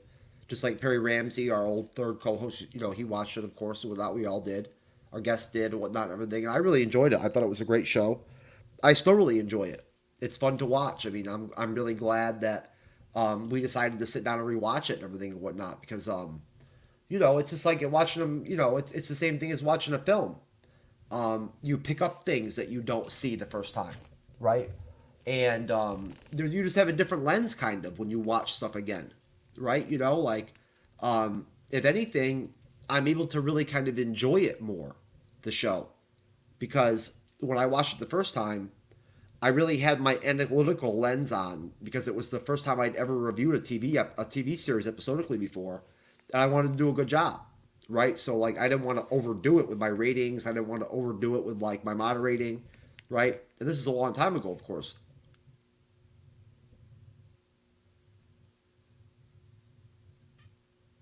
Gotta love that awkward silence, baby. It's especially good in audio form, podcast form. It really, really helps. It's a real big boost to the show. But no. So basically, I really, I guess if I had to pick things I'm really picking up about the series now that I didn't notice then, one thing would be that. One of the biggest gripes I've had with a lot of the Disney Plus series Marvel has put out and whatnot and everything in the last couple of attempts has been the lack of cohesion in the series between episode to episode. The fluidity, the lack of fluidity. There being like, you know, a lot of ups and downs and stops and goes, right? Or like Secret Invasion where, right, it starts off like pretty decent and whatnot and everything, and like the first 3 or 4 episodes are okay, and then all of a sudden episode 5 is just terrible, right? Like, so you know the finale is going to be garbage at that point. Uh-oh, there he is. Time Cop himself is back. I'm doing the cancellation back on. I'm doing the sorry if I was I apologize, folks, if I was echoing right there for a minute. But Andres, I went ahead and started doing the review of WandaVision episode 5, brother. Good. That's good. So basically, the title of episode 5 is on a very special episode. Now, I want to point out that I happened to watch a video from Everything Always today, the really big, MCU YouTuber. Okay. And basically, he played a Agatha Harkness teaser trailer, right? Like series, which is coming out. We'll be covering it next year. We will get Agatha Harkness next year. And I think it'll be good. I do. At first, when I first heard about it, I didn't really like the concept of it, but I do like it now because it is going to be a direct continuation off of WandaVision. It's almost going to be like a WandaVision season 2, right? And I do like Catherine Hahn. She is really good in this series. We really haven't spent much time talking about her. No, briefly last episode I tried to. Yeah, I think this episode will be the episode where we'll really kind of tune in on her a little bit, whatnot, everything. Her and Vision and Paul Bettany, right? Because everything really kind of revolves around Lizzie Olsen, right? For the most part. Wanda, mostly, yeah. Yeah, up the first couple episodes, right? Then we got episode 4 where everything got switched over to the sword perspective. And so episode 5 was the first time in the series where we got a sort of mixed bag type of episode where you got both perspectives of the people outside the Hex and the life inside the Hex, and them having conflict for the first time, like real conflict. So basically, I got to grab my outline really quick and whatnot. I don't know why I always like bring it and set it in my bed and don't bring it with me and set it down. Yeah, do that. Let me express my go ahead. My thoughts on episode 5. Rest of the episode with that. I'll grab my outline. Yeah. So sorry everyone, what happened? But Andrea Bassett called me. I had to get a call. So anyway, for the Lord of Time as herself. But yeah, so I really enjoyed episode 5 of WandaVision on a very special episode. I think that title is so appropriate because it was so special because of a special actor that came in, and we were so excited until the end. But yeah, this was a great episode. I agree with Jeff. I really enjoyed the two perspective of Wanda and Monica in this episode. It left off what we kind of now know now. So like Sword Team now knows that Wanda is the perpetrator of this like hex, and then at the same time we're seeing Wanda, getting the kids, in this new sitcom during the 80s, and the family is growing, but at the same time, like especially now, I realize that Erica starts to kind of keep creeping in to the Wanda's life now and seeing what she can do, and like where simultaneously Vision is starting to realize what's going on, especially towards the end of the episode. He just feels very confused and like, why can I remember the life before Westwood? So all of that is really engaging. I think this is a great episode, strong episode. I remember liking this episode. Everything about it is just really great. It's just one of the great things about the show is just like they're taking their time telling this story, and plus, we can discuss, the crazy fan theories we have, like, Monica. Oh my God! What I picked up today? A shotgun, or a gun in general. Nice, right? Yeah. Like it? A real one? No, it's a really nice pellet gun. Oh, pellet gun. Heavy duty for hunting. What do you call it? Critters. Oh, I see. I got to scope everything, bro. I'm gonna make some content, and whatnot. Doing some hunting, bro. If you're gonna buy a pellet gun, you might as well go all out, right? So I got the one that's got the night scope and everything and whatnot and all that shit. This shit will take down like this thing will kill like any varmint. Look at it, it's huge. Yeah, I like it. It's heavy. Yeah, my mom has known one of her friends from work. Like he's like a gun enthusiast. And I haven't seen his collection yet. So he does like guns. And all that. I just bought it. I didn't even get a chance to play with it. I took it out of the box right before I started the live stream. That's why I grabbed it. Yeah, I just wanted to show it to you and everything. I thought it was pretty neat. It wasn't that crazy. It was under $200. It's my first pellet gun. I've never owned one before. That's good. That's good. So I've got a lot of learning. I don't even know how to use it. I'm certainly not leaving that thing up against my Avengers poster. Yeah. No, that's sacrilegious. You know, I am going to go ahead and get my original 6 Avengers tattoo. As soon as I find a tattoo shop in the area that gives me something on paper that like resembles what I want my A to look like, folks, I am going all out, and I will go ahead and show it off on my wrist. I'm going to do the original 6 Avengers tattoo. You know what I'm talking about, right, Andres? You've seen it. I know what you're talking about. I think you should get one too. No thanks. Thank you so much. Andres, why not, man? You would look cool, bro. Tattoo? Oh, there. Well, you wear long sleeve shirts out anyway all the time and whatnot. I'm the one that there's no point in getting a tattoo if nobody's gonna see it. Yeah, it's true. Very true. You think that's a good? You think that's a good first tattoo? With the Avengers, yeah, I think so. I mean, I think that's a good tattoo. Right? Like how you're gonna do the right A? Here. Okay. On my forearm, I'm gonna do the A right here, where all the everyone else. When I looked online to see images of it, it looks like a lot of other people have gotten it. Not obviously, I'm not gonna be the first one. But they usually get it on their forearm, on the inside of their arm. So that's where I'm going to get mine. I don't want to get it big on my shoulder or anything like that. No. I understand. No, I want people to be able to see it too. So I just got to take. I don't never got a tattoo before, so I got to go out and shop around a little bit. Yeah. It's a big commitment. My next one will probably be comic book orientated too, or they'll probably be MCU or Marvel orientated. Bucket, why not?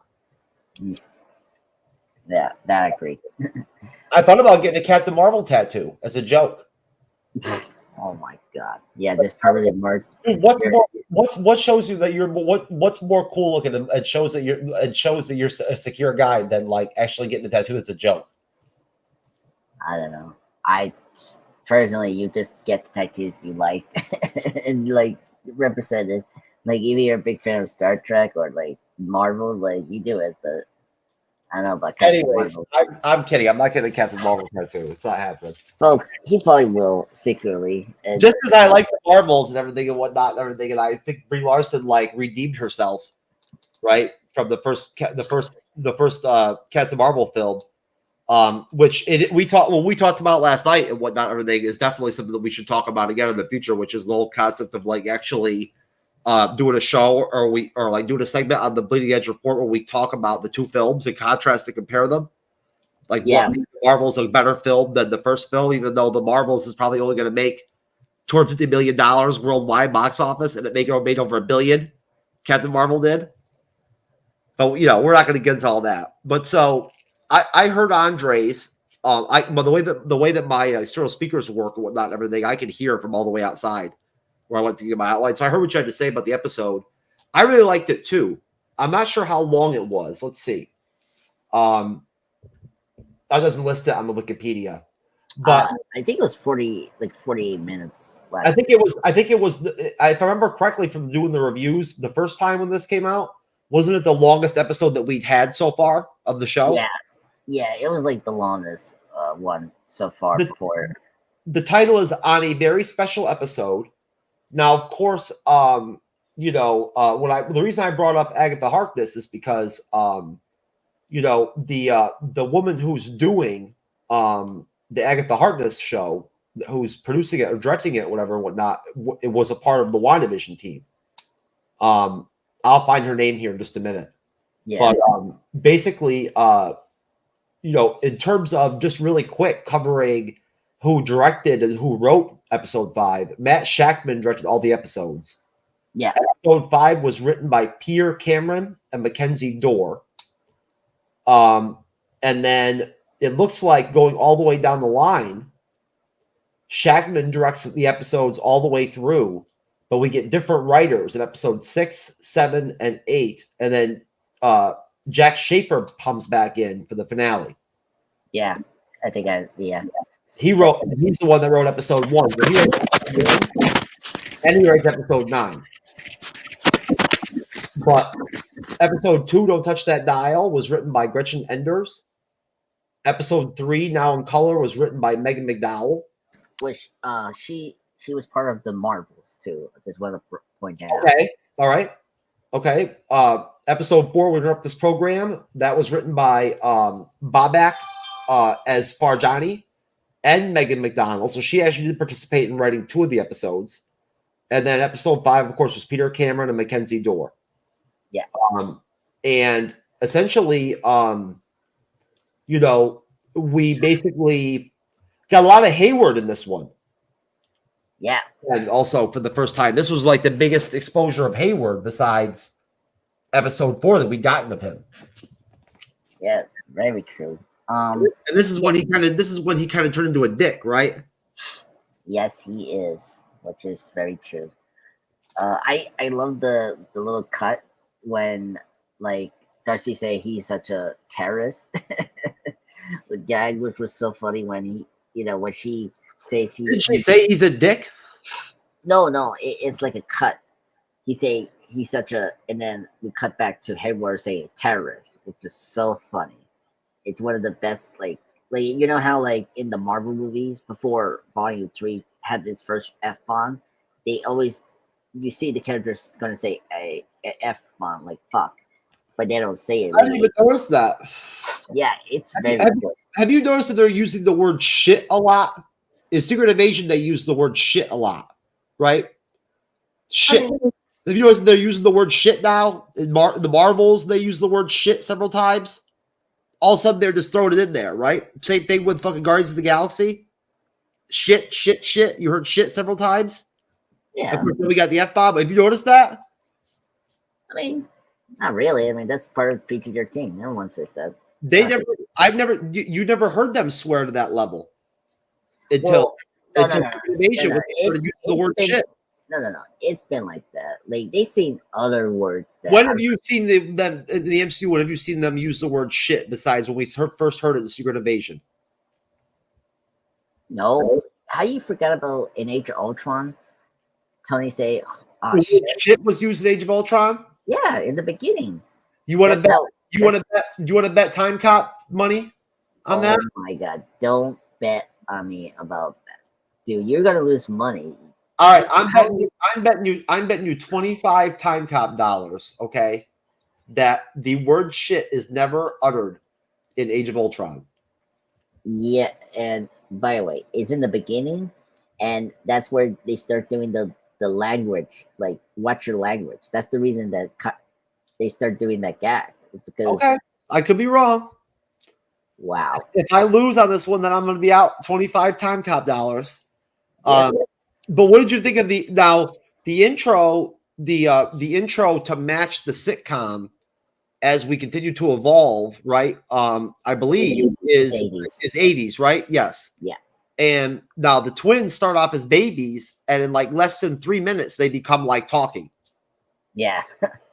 Like they're still aging all rapidly and whatnot and everything and all that shit. So basically, it was interesting because I loved the intro, the 80s intro. Yeah. Who were they trying? I wonder what series they were trying to like mimic. Was it Full House? Well, no. Full House was like towards the end of the 80s. This one was Family Ties and Growing Pains, that kind of style of opening. Okay, all right, that makes sense. Yeah, it'll be interesting. Next, see, I forget which episode. I like it when they get into the 90s and she has the Jennifer Aniston haircut. Yeah, that was Jennifer Aniston haircut was a great haircut that she had. I mean, I think the friend. Oh, I like Cardi Cott's haircut during the '90s. That's pretty good. Jennifer Aniston. You didn't think that Jennifer? You didn't think that Jennifer was good? Was a nice haircut? I love that look. I mean, well, her hair was very consistent throughout like the Friends to like show, if I remember correctly. Speaking of the hour, I just checked. This is 43 minutes, so it was the longest until episode 8 and 9, because episode 8 and 9 gets longer. I liked Phoebe was my favorite of the three women on the Friends. Phoebe was my favorite. Phoebe. Yeah, she was my favorite character on the show. Okay, that makes it. That's cool. I mean, I like Courtney Cott's character. She was definitely my favorite. I like Courtney Cox too. Jennifer Aniston would be in the number 3 slot if I had to rank them. I was never a big Friends fan, but like I was more of a Seinfeld guy. Yeah, same here. I hate Friends. Me too. I could never stand it. My ex-wife used to make me watch it, dude. You know what I'm saying? I didn't mind it when she made me watch King of Queens because I actually like King of Queens. I like Leah Remini. But like Friends sucks. I never got the humor. That kind of humor does not work with me. Yeah. Well, I just have personal issues with how they handle relationship and just in general, like some storylines that was never acceptable. But wasn't Brad Pitt going out with Angelina Jolie again, or going out with Jennifer Aniston again recently? I don't know. I don't know if that's true or not. I don't know. I don't pay attention to that stuff. But either way, so back to WandaVision episode 5. So Andres.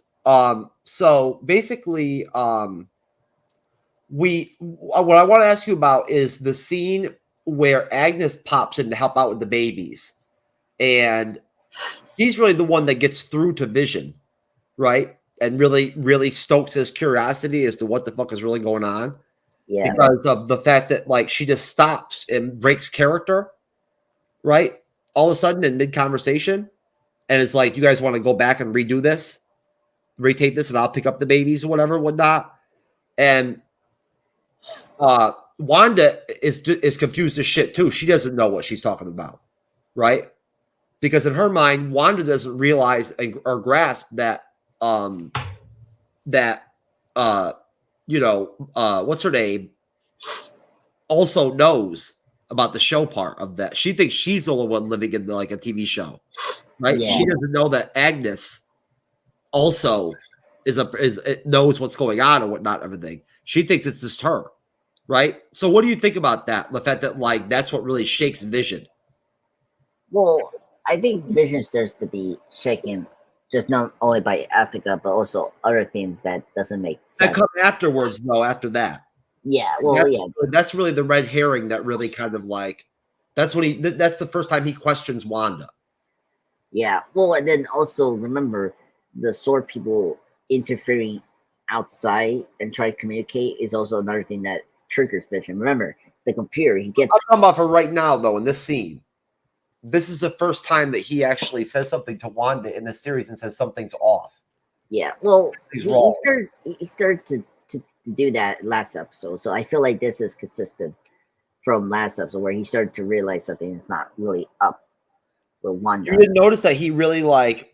No, I noticed it. It really threw him off. You know what I'm saying? Well, not. He's like, well, how do you make? He even asked Wanda. He's like, how do you make sense of that? Like, what the hell? You know what I'm saying? Yeah, I saw it. I think it's consistent from last episode. Because remember last episode, Africa and that neighbor started to like question Monica, and that was like his. The black guy with the fucking the hedge trimmer that like cuts half the fucking wall open with the hedge trimmer. I love that guy, Herb or whatever. Yeah, Herb. Great. I love that guy. He's awesome. Yeah, all of that. Herb is great. I saw him do that shit where he cut right into the fucking wall or whatever, whatnot. I'm like, dude, are you fucking kidding me, bro? He's just smiling and everything and whatnot. Yeah. I feel like that's like I feel like it's consistent from last episode. He started to notice that, and this scene you're talking about, it's more evident for him to realize that something's not going on, not going. Well, let me move forward. So basically, let me ask you this, right? So, did you really, when you watched the finale, right, and you got you passed it, whatnot, everything, how much did you really delve into in your own head?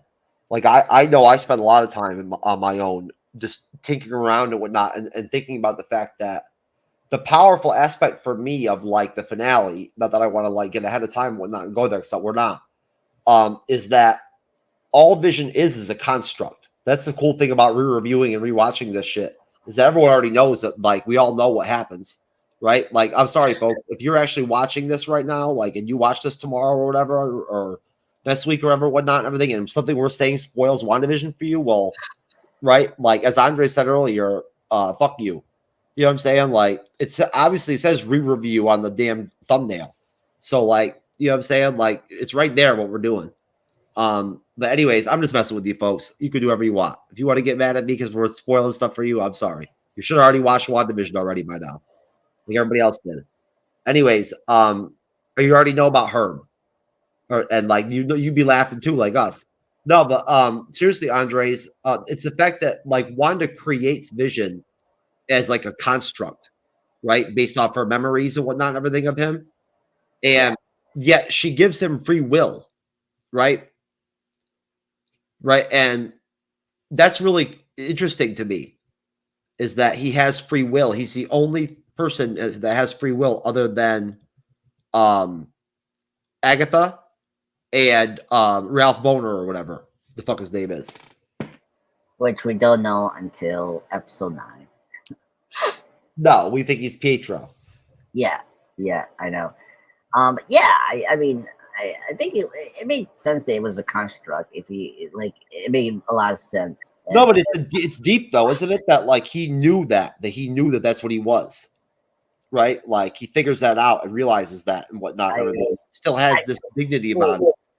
Actually, I don't think that's a big surprise. I think for me it was actually the house that like Wanda is living in, and that's more important. Like that was the house that Vision picked, and that sort of thing that lived. Like that for me was the big revelation, you know. And I feel like that's more impactful. Where this, I feel like, like it makes sense that Wanda is the one that is able to construct him. So I feel like that wasn't a big surprise. Do you think that? No, I haven't seen WandaVision out yet at like any of the stores on DVD yet, right? Yeah.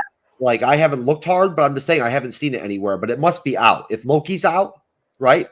WandaVision must be out, I'd imagine. Do you think that if it's not out yet, I'm sure it'll be out soon, and people will buy it. You know they will. Yeah. I think WandaVision is out now. The still. Yeah. I mean, I assume that once they drop Loki and whatnot, everything, that all that like WandaVision, Falcon Winter Soldier, and all that would just start coming out. Yeah. Maybe I just haven't seen it yet. But either way, what do you think? Do you think that WandaVision is the kind of series where, like 15, 20 years down the road, people are going to go back and like really look back at the series and be like, wow, this is something that like beyond the MCU almost, like, or like underneath it, changed TV? Let's see, like change TV. I don't. Or like pick what you want. You know what I'm saying? Not change TV. Pick what you want. Your phrase was like really good. Was really good. Is worth showing your kids. You know what I'm saying? Like, well, yeah. I like or suggesting to a friend, like, oh, this is. You think 20 years from now, the TV series will be what will be more well receptive? It's already like it already was nominated for 18 Emmys. Yeah, which is crazy still. For me, I think it's still a great. For me, it's more creativity. I think this show was the most creative thing that Marvel has created. It's one of the most creative TV shows that uses sitcom in a way to convey this very personal story about grief. Like I think those are the two aspects that people will talk about the show. It's just how it's one of the most unique Marvel projects that came out during Phase 4, and it's also it's such a great love letter to sitcoms that really relish that and tell a good story with that, which I think that's another aspect. People that are not super fans will probably take that as a good thing. So I feel like that's the two things that I say is what makes WandaVision will be relatable and plus, I think with the characters of Wanda and Vision being, characters that I think people really love, we're very happy that they got extended and had more character development and got to shine after, just being side characters since the Avengers films. Sure. And and I feel like we need more of these kind of shows, try to, showcase these lesser known, like these characters we like from the previous phases and like give them the spotlight because these actors are really good. And that was something that was great during phase 4 until after Hawkeye, we kind of just got new characters and it was like, it wasn't the same. I feel like should have stuck with having characters they had existing and made shows about them instead of just like producing new shows. Except with maybe certain characters, I think they definitely deserve to be in big screen, like Miss Marvel. I feel like you could make that show and like bring new people onto that. But I don't know. I question why we had to do Moon Knight and She-Hulk, all that. Well, I mean, they're going to do season 2 of Moon Knight. Hopefully, yeah. They're going to do it. Yeah, it's going to come out. What is going to come out? We don't know. I think She-Hulk is still. I think that you can still recover. Like her character can still be recovered. Oh yeah, I mean, I think if you just throw her in with the Avengers and shit and whatnot, right? Whatever the team ends up being, that they'll flush her out with the Avengers, right? Yeah, she's good. She's good in the fight scenes and whatnot and everything, right? Like she's good. Like you know what I'm saying? Yeah, I agree. I mean, and I like that actress. You know what I'm saying? Like, so I liked her from Orphan Black. Like that's a great show. So. I don't care about her politics, whatever, whatnot, all that kind of shit. I care about the writers' politics more than I care about the actors and the actresses, right? Seriously, because the actors and actresses don't have as much control. Like, you know what I'm saying? And the problem with She-Hulk was the writing. Oh yeah. You know what I mean? Like it was really the writing and the you know what I'm saying, and like the lack of supervision and oversight of the show by Feige and like his people. They really dropped the ball on that shit. With Moon Knight, I mean, hey, let's not. I don't want to like really hash it, but you already know because I've told you, Andres, before once or twice. I wasn't too fond of it. Around episode 3, I thought it just went to hell. I was in there for up to episode 3. I was right in there, man. And then episode 4 dropped, and it went downhill for me. And the finale was terrible. Yeah, I mean, I don't know. The WandaVision finale is much superior than the Moon Knight finale. Oh yeah, definitely, much more superior. Yeah, that I can agree with. The WandaVision finale is better than the Loki season 2 finale. Oh man, I can agree in certain aspect, but in terms of Loki's journey, that's it's better than the Falcon and the Winter Soldier. Oh yeah. Oh yeah, 100%. I don't like Falcon and Winter Soldier. I thought that. I like the series. I didn't like the finale of the final episode. I thought that they could have done some things differently. Oh yeah, well, and I just again, the real world kind of affected the show, and they had to reshoot like certain things about the villain plot, which was annoying. Of course, no. I mean, don't get me wrong. Like we'll never even know how much they had to like leave on the cutting room floor with that motherfucker. You know what I'm saying? Yeah. But hey, get props to whoever at Marvel decided that they had to cut out fucking that hour and a half of the Marvels, right? Because like honestly, if they added that in, that our review would not have went as well as it did. Yeah. Because whatever it was not good. No, I mean, I don't know.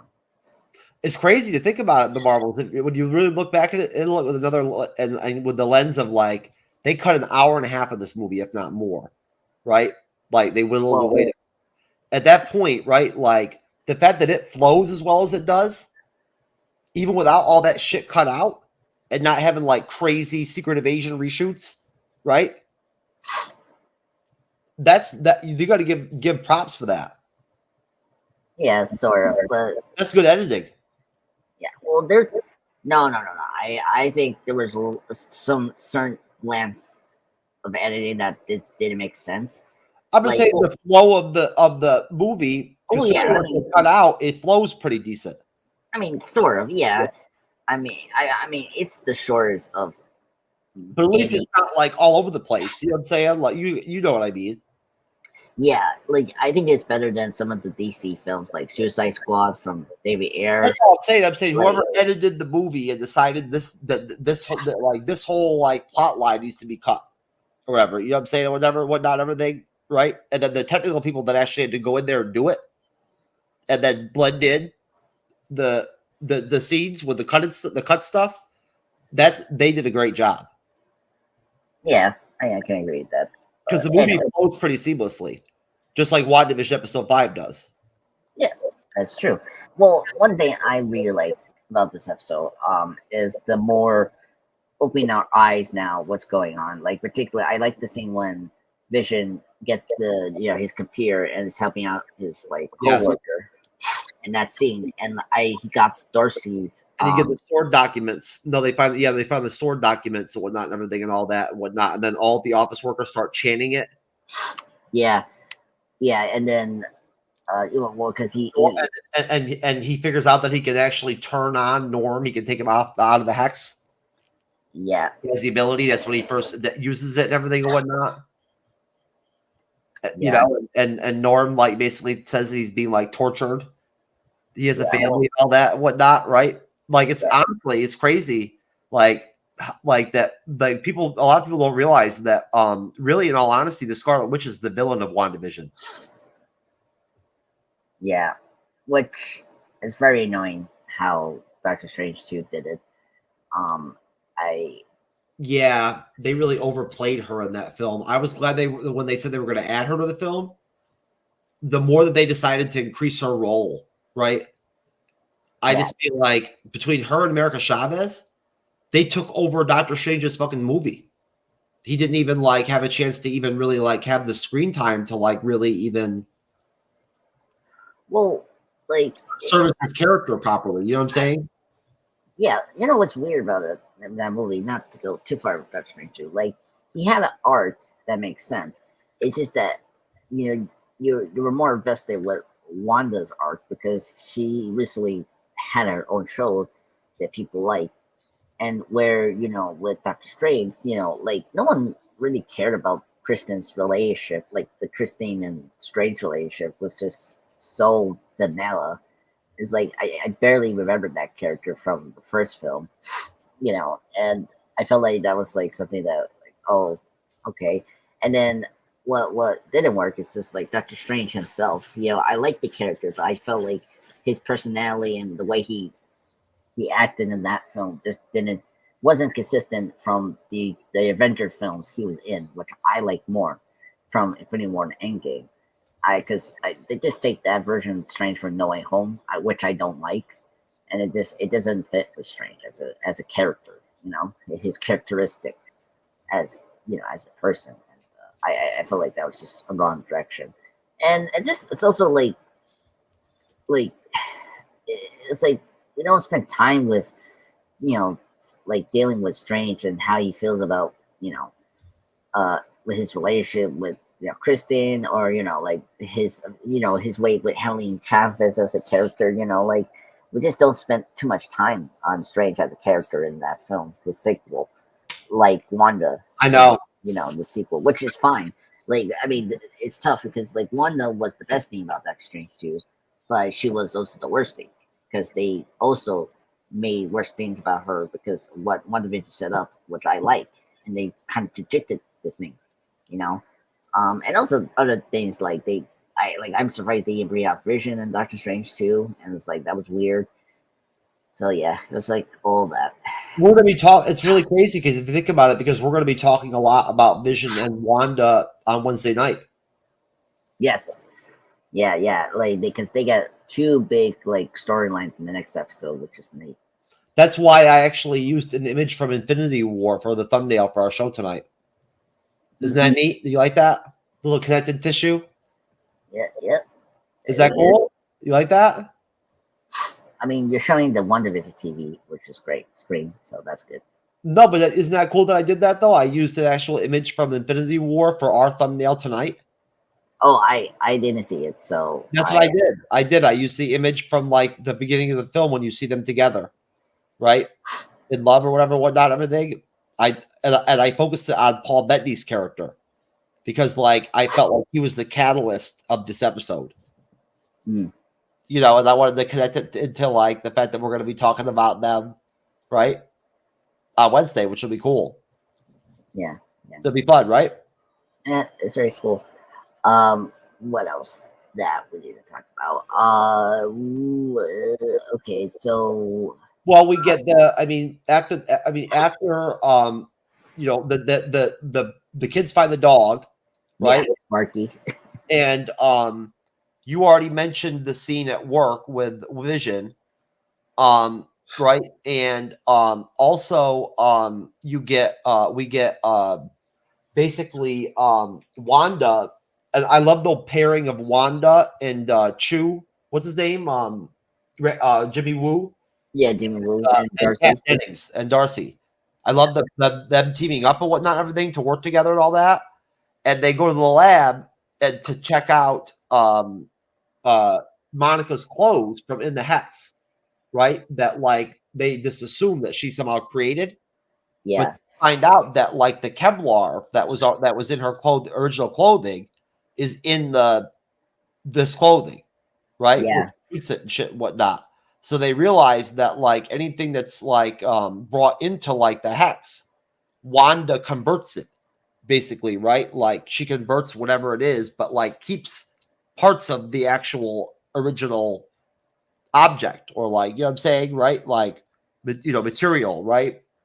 You get what I'm saying? Yeah. Like it's changing like the particle matter of the clothing into something else, as you're saying, Jeff. And plus, when Monica sees the picture of the helicopter we got from episode 2, she sees that anything that's like solid can go through to the the hex. So that's why they sent the drone.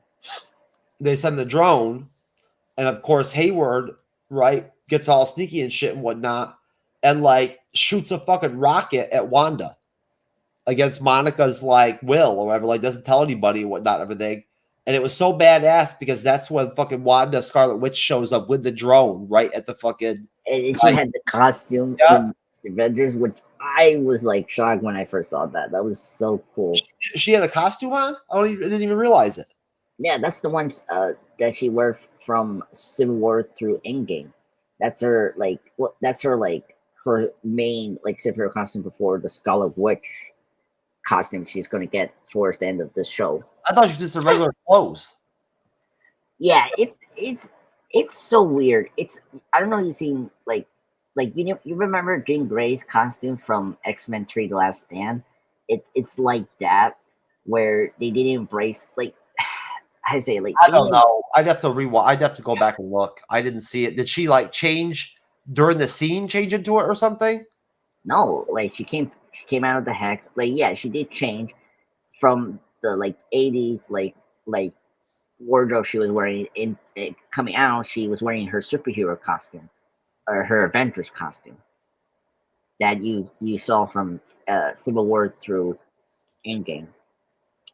That wasn't the Scarlet Witch costume that she's gonna get in towards the end of this series, and then Doctor Strange too. So those are different costumes. Okay. Well, either way, she comes out with like on a mission, and basically tells them not to fuck with her, right? Like you know, or else, you know what I'm saying? Monica tries to talk her down. Go ahead. Yeah. Well, what I like about this scene, like this is where the theory, like this is where the X-Men stuff just gets so ridiculous. It's really towards the end of the scene. She controls the man that is holding the guns towards Hayward, and it reminds me so much of Magneto doing that, similar, like differently, but similar to the first X-Men movie. Yeah. Which was cool. What was neat, and Hayward was so scary. He was like, "Oh wait." I was like so happy that he almost got shot. I remember when we reviewed this, we thought that Hayward potentially maybe was like with Hydra. Oh, I tried it. That's what we actually thought. We thought that, but I remember I thought that it was possible that maybe he was working for Hydra. Yeah, I'm trying to think. That's why he was such a prick. You know what I'm saying? Yeah, I'm trying to figure out what me and Will were thinking. Because he just becomes more and more of a prick like every episode from now on. It just gets worse and worse. Yeah, I mean, from what is it, last episode, like not last episode, episode 2, yeah, episode 4, you know, we get the information that, you know, it was like, it was rough because he lost some of his men from the blip, and, you know, it was like a struggle. As the information we get from, you know, the 5 years timeline. Yeah, but that's actually one of the things that honestly I I want to wrap this up and whatnot and everything and kind of do ratings and whatnot, and we'll move on and whatnot and finish up. But I don't. One of the things that I bet if you go back and look at the reviews, you'd see me gripe about is that I don't like how they started Hayward off in episode 4 and he seemed like an okay guy. Then all of a sudden he just becomes this complete fucking jerk off, right? Like villain. You know what I'm saying? Like out of nowhere. Like it made no sense to me. Do you know what I'm saying? Yeah. Like that's one piece of the show that I just did not agree with. Yeah. When they handled him, like, you know what I'm saying? They could have like at least made him seem okay still a little bit longer. You know what I mean? Whatever, and then had him like become more of a prick, right? I don't know. I think the way they did it here makes sense. I think it is a very like tonal shift from like last episode and to this. He becomes a complete asshole. I don't know. I think he becomes a complete asshole in in episode 6? Yeah, episode like next episode. I think he plays more. He's pretty much an asshole in episode 5 already. I don't know. I disagree. I mean, he shot that missile like, and he didn't even tell Monica or anybody, whatever, whatnot, that they were gonna that was even an armed drone. Yeah, but then at the same time, like if you think about it, like we don't know. Oh no, it's dangerous. You don't know what the fuck was going on in there. You know who the fuck even like, you know, Wanda's a superpowered being. You know what I'm saying? Like, you know, like she's taken over an entire town. I mean, like trying to even fathom, it's in a way, it's almost kind of crazy that they overlook how high her power level must be. They never talk about that, right? Yeah, I agree. I mean, well, and also like keeping like citizens and the hex too. Like, so I think Hayward in this episode had the right to do it, but like he could have been more upfront what he was going to do. The whole thing with Doctor Strange just letting her roll with it, like not even showing up in the series and whatnot to like straighten it out or whatnot, or at least like talk shit to her or whatever and straighten her out or whatever, and then have her in Doctor Strange 2 and he just like acts like nothing even happened when he meets her. Like he's the fucking like the Sorcerer Supreme or whatever whatnot, like or whatever and shit. Nope. He's not. Wong is. You're right. Yeah, Wong is. Either way, though, like he's like, you know, he's Doctor Strange. Like Doctor Strange should not be tolerating what Wanda has done here. Like what she's done is fucked up. I know that's one of the issues when you have a shared universe, and it's like, where are the heroes? Like, especially like magical heroes, like Doctor Strange, like should be onto this, right? You know, and it's just like, yeah, they're not there because of either they're doing something else that's important and they're not available. So, you know, that's unfortunate. They really bombed Doctor Strange too. They did. They bombed that fucker. Everyone was really looking forward to it. I was. Everybody was hyped as shit for it. I know you were, right? Like everyone thought that movie was going to be like fire, right? No. I like Doctor Strange too. I saw it the second time, Disney Plus, and I thought it was really disappointed compared to what I thought it was going to be. Oh, see, I was disappointed with Love and Thunder, so I thought that was. Oh, Love and Thunder is the worst MCU film ever. Oh, that we can agree with. I don't understand why anybody even hires Taika Waititi after that. Hey, he's not directing the next Thor movie. That's been confirmed. So. Oh, of course not. Chris Hemsworth won't even work with him again. Yeah. Do you blame him? Nope, I do not. Thor is terrible. Oh my god! Like I don't know. It's like I don't know. I mean, it's Anyway, worse than Iron Man 2. So now let's get into the Evan Peters thing. So, God, yeah, I know it's so stupid. well, first though, we don't know about it yet. Let's stick with. It doesn't have any impact really. Like now, like having it only does anything for you the first time it happens when you first see it. Yeah, but it was a big deal. I mean, remember? Yeah, it was a huge deal when it happened. Yeah. Well, but let's not get into the rap bone thing and all that. But I'm saying differently. Like it was a big deal because I said exactly what you just said. I said it was huge back then, but now watching it 2 years later, it doesn't do anything for me really. I'm not all like, no, I know, I understand. No, I'm talking about something else. Like it was a big deal that they were like the fact they were bringing up, before we know what they were going to do with Evan Peters was, remember they got the Fox X-Men back from Disney. The only thing that was a big deal to me at all was the fact that Kevin Feige had said before that he would never, that he really was against casting any of the former actors or actresses that played in the Marvel movies or whatnot and everything before the MCU. That he was very hesitant to do that. You know what I'm saying, or to bring back those characters or whatnot, like with those actors and actresses. So like doing that in WandaVision, right? I liked him saying that because I never wanted them to do the multiverse. I never wanted them to bring back the original X-Men or whatnot for a final hurrah before they do their soft reboot of the MCU or whatnot. I never wanted any of that shit. I never wanted Kang. I would rather seen Doctor Doom to have been the main villain. Yeah, well, that's another story we can discuss. But anyway, yeah. So like, I mean, it was a big deal that they were able to get Evan Peters back after the deal, and I just love the joke that Darcy did was like they recast Pedro, which was so funny. Like a meta commentary. They recast Quicksilver in their universe to the one that we know and love from another universe, which was funny until we know the truth. It's just a part of her arc in the story. She loves the sitcom aspect of the WandaVision show, whatnot, and all that. She's all into it. That's why she girls out and everything when she watches it and shit. Yeah. Oh, and the thing that we don't know at this point is that Africa is doing the Evan Peters thing. She's actually using. No, but we know that that's not Pietro. Yeah, exactly. You know what I'm saying? Like, you know what I mean? And we know that Wanda is lying to her own children, lying to other people, and pretending that Pietro is not dead. Right? Yeah. Like she does that. Like she's done it twice already. She did it with Monica, and then she did it with Billy. Yeah. Well, no. She knew that Pedro was dead.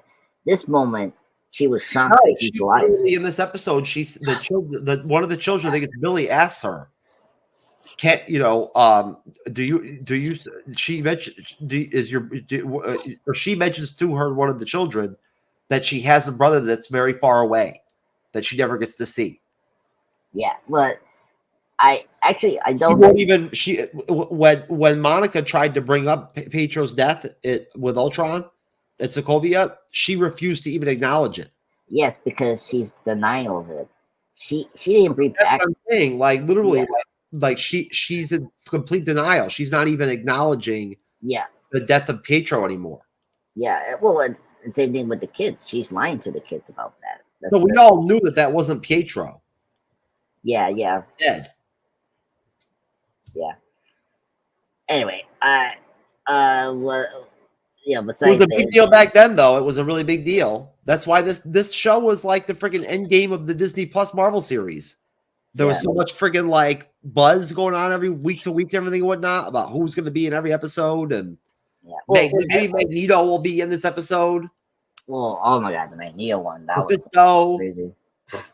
Forget about Mephisto. It's not gonna. Every episode, Mephisto was going to be the episode. It's not gonna happen. Anyway, I was one of the people that thought Mephisto was going to be in the series. I was like 100%. I was like, Mephisto was going to be in it. Full of lies.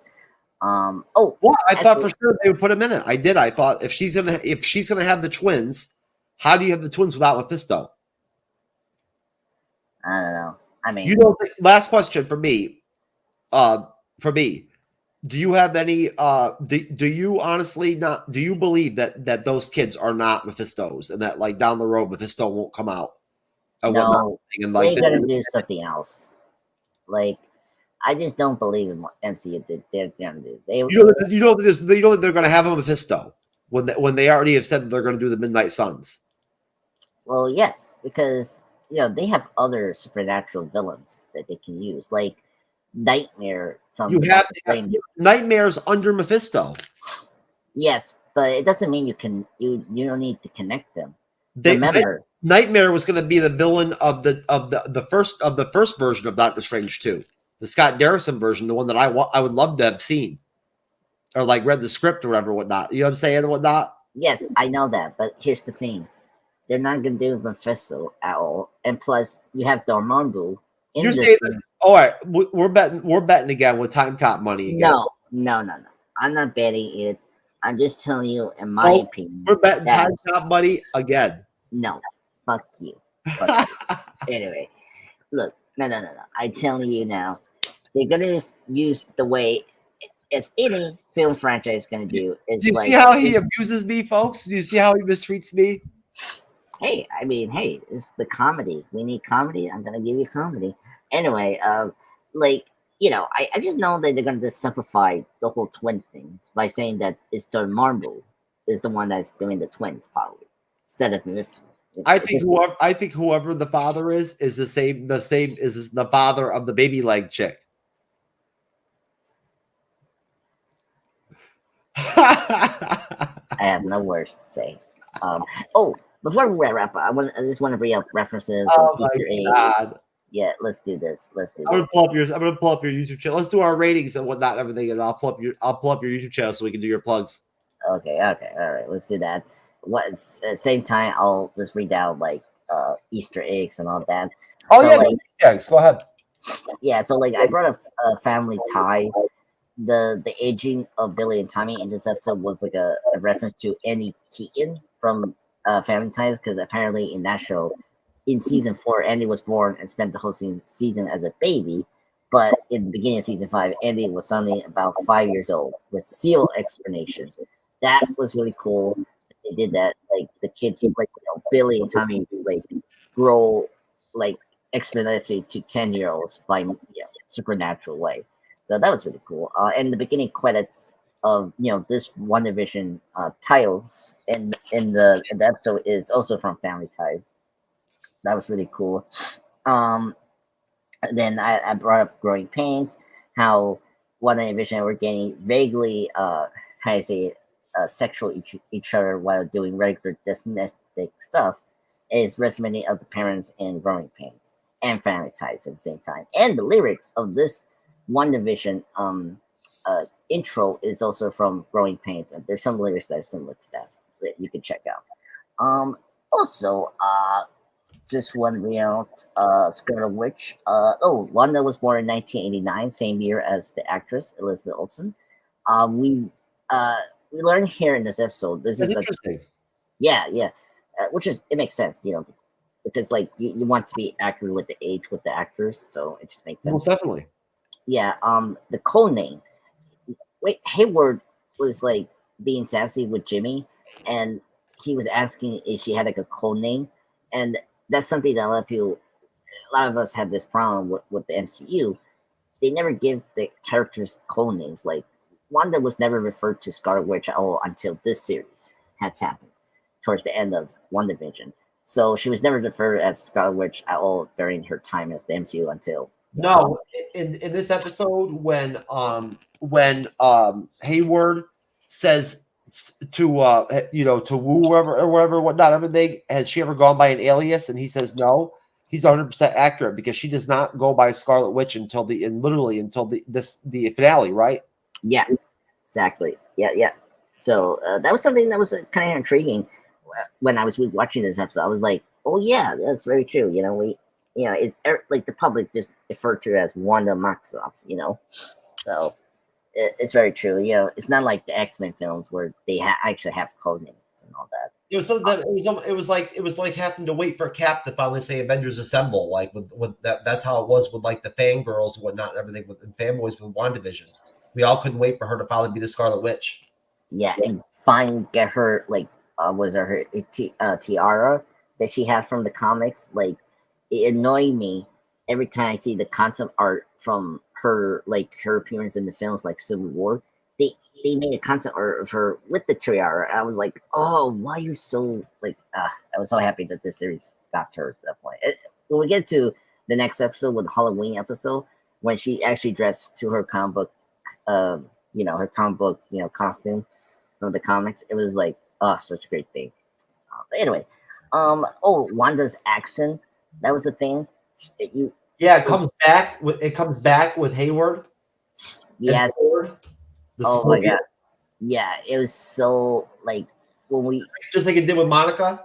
Yeah, exactly. And I just love that. That was so great because, I mean, she's been in America for like a couple of years now, since the Avengers, and it makes sense she can disappear. But it was great to hear her again, so that was really neat. I like that Darcy has refers to the novelty as the Hex because of the hexagonal patterns, which was great. That's the same thing with Wanda's powers. It was referring to the hex bolts that she used to use. So that was neat.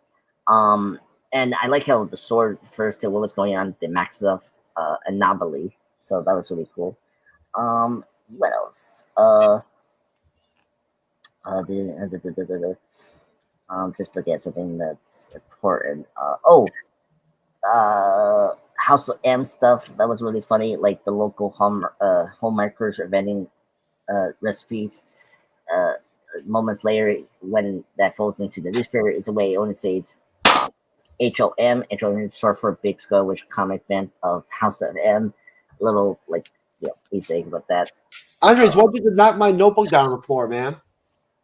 That was your fault. I think that's Dodger. That's fucked up, man. That was your fault, sir, not me. I'm in another plane of existence. I'm a plane assistant, folks. This episode apparently took borrowing a lot from Wanda's most important story, the Dark Scarlet Witch story from Avengers Coast West. In the book, it first clued that something's wrong with Wanda, as how her trees could disappear when she wasn't looking at them. So, and this could often happen when Africa Harkness, presuming Angus here, because at the time we didn't know if this was Africa Harkness at the time, was babysitting them. So this was a hint of, again, of Attica maybe be the villain. Oh, and the twins dressing up in their clothes were exactly from the comics, red and green. If you know that. The commercial. This time we got Lagos. That is a reference to the accident. The accident that happens in the opening of Captain America: Civil War. That's when Wanda stops Crossbones being exploded, but she didn't have enough power to get him out of the way in the air, and it caused an explosion to a building. That was like a Wakanda health reach center or something like that. In Civil War, so that was the commercial wrestling thing that was personal to Wanda for that. And then this is where we get the fun stuff, the X-Men stuff. So the scene when Wanda is confronting the Sword Agent is directly inspired by the scene from the first X-Men film, where the police tried to take down McNeil in the train station, where he captures Rogue to use Rogue for his mutation machine towards the end of the film. It's similar to that, where Wanda, is using her powers on the guns, causing them to be aimed at the cops themselves before escaping. That's how she did it, just like how her father, Magneto, did in the first film. And then Vision, this is cool. Vision says he was reading Charles Darwin's Descent of Men to one of the twins in the book that deals with revolution. And of course, this was like David. I think there was a slight voice of David Bowie in this episode where he said, "Got to make a way for Homo Superior," which, in the X-Men movies, the Homo Superior is the mutants and Homo Sapiens is the humans. If you knew that context, so that was really cool that they did And Twilight Zone reference, which is cool. There's a serious vibe. I don't know if you've seen this episode called "It's a Good Life." This is an episode where this kid is a god like person. Like he can warp reality just like Wanda does in this very famous Twilight episode called "It's a Good Life." Check it out, Jeff and everyone in the chat. And it's similar to that. When Asa is visibly weirded out by Wanda with her take it from the top moment during that episode. And then unless she was deliberately screwing with everyone, aka Attica. And then the man telling the twins your mom won't let Sparky get far. That's another reference for that from this episode. Also in the subject of Twilight Zone, Attica appearing live at the corner of Maple Street and Sherwood Drive. The Maple Street is actually a little nod to the episode called "The Monsters Are Due on Maple Street." It's a great episode that's like paranormal unpacking of the suburban houses. It's really great episode. If you guys haven't seen that other Twilight episode, I'm talking right now. And what else? But we got this point. Oh, Captain Marvel. When Jimmy Woo is talking to Monica and Yes. Darcy, About Captain Marvel and Thanos and everything. Yeah. And this is where just like the Marvel, we get payoff in the Marvels. There's something like that she like Monica was turned off by the mention of Captain Marvel, and it was like very interesting at the time. Yeah, I think Reed Richards. That's another thing. That's another thing. Monica says that she knows someone that can build this truck that can go through the hex, and this was another crazy theory that people thought that was Reed Richards. So that's the thing. And then of course we talked about the Evan Peters thing. Of course, it all seemed plausible at that time. Yeah, I think I always thought that using sword to introduce the FF makes sense. We were coming off a fucking Endgame, dude, and then we had the pandemic. Like, you know what I mean? Like, we anything was possible with the MCU. You know what I'm saying? Like anything could happen, right? Like that's where we were at. So I believed in some of that shit. Why not? Yeah, that's true. That makes so much sense. You want to believe it as a fan. Yeah. What else that we want to see? One of the camera feeds that we see from Satellite 348 is another reference to Avengers issue 348, where that was like a Vision-centric cover story. Just bring that up. And then here you go. Any more references? I think that's it. Oh, Monica's powers were kind of hinted at in this episode before we get to know that in episode 6. Because remember, episode 6, Monica goes through to the hex, I think. Or no, I think episode 7, she goes through the hex. So this episode starts to build up Monica's powers, which was great. I think that's really it for now. Oh, last thing is the Wanda footage where Wanda goes to where she retrieves Vision's body. Hayward says that out of nowhere, he pulls it out of nowhere. Yeah, which is not true. No, she does not, because we get that from episode 8. So that's really good. Anyway, that's all of Easter eggs. Okay, sir. I'm gonna rate the episode. And when I rate these episodes, as we're re-reviewing, and like I've already, it's really only cool to rate stuff like it's hard to rate something like this we already watched. But I'm gonna rate it based on what I think that I rated it the first time. So I'm gonna give it a combination of like seeing it now and like the first time. I'm gonna give it a solid. I'd say it's an 8. Okay. This one, I will give it. This one is tough because I like this. It's not because of the Evan Peters thing and Vision and subplots. I'll give it a 9 out of 10. I think this was a really good episode, and I felt because again, I thought episode 4 to like 4 to 8 were the great episodes of this show. It's a really good episode. Yeah, so I feel like that's a high mark for this show. So yeah, I think an 9 out of 10 for me is good because it has everything you don't know, like you know now what's going on.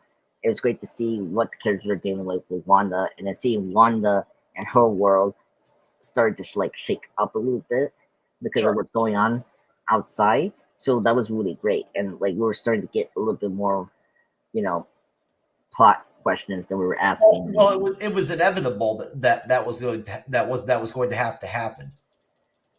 Like, you know what I'm saying? Like, people, no matter what, we're going to have to figure out and whatnot and everything that she'd taken over this town, right?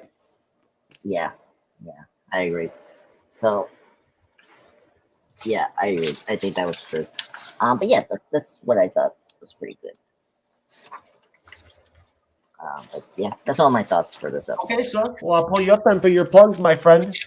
I already checked out your sub count. Yeah, still up to 849 episodes. There you are, my friend.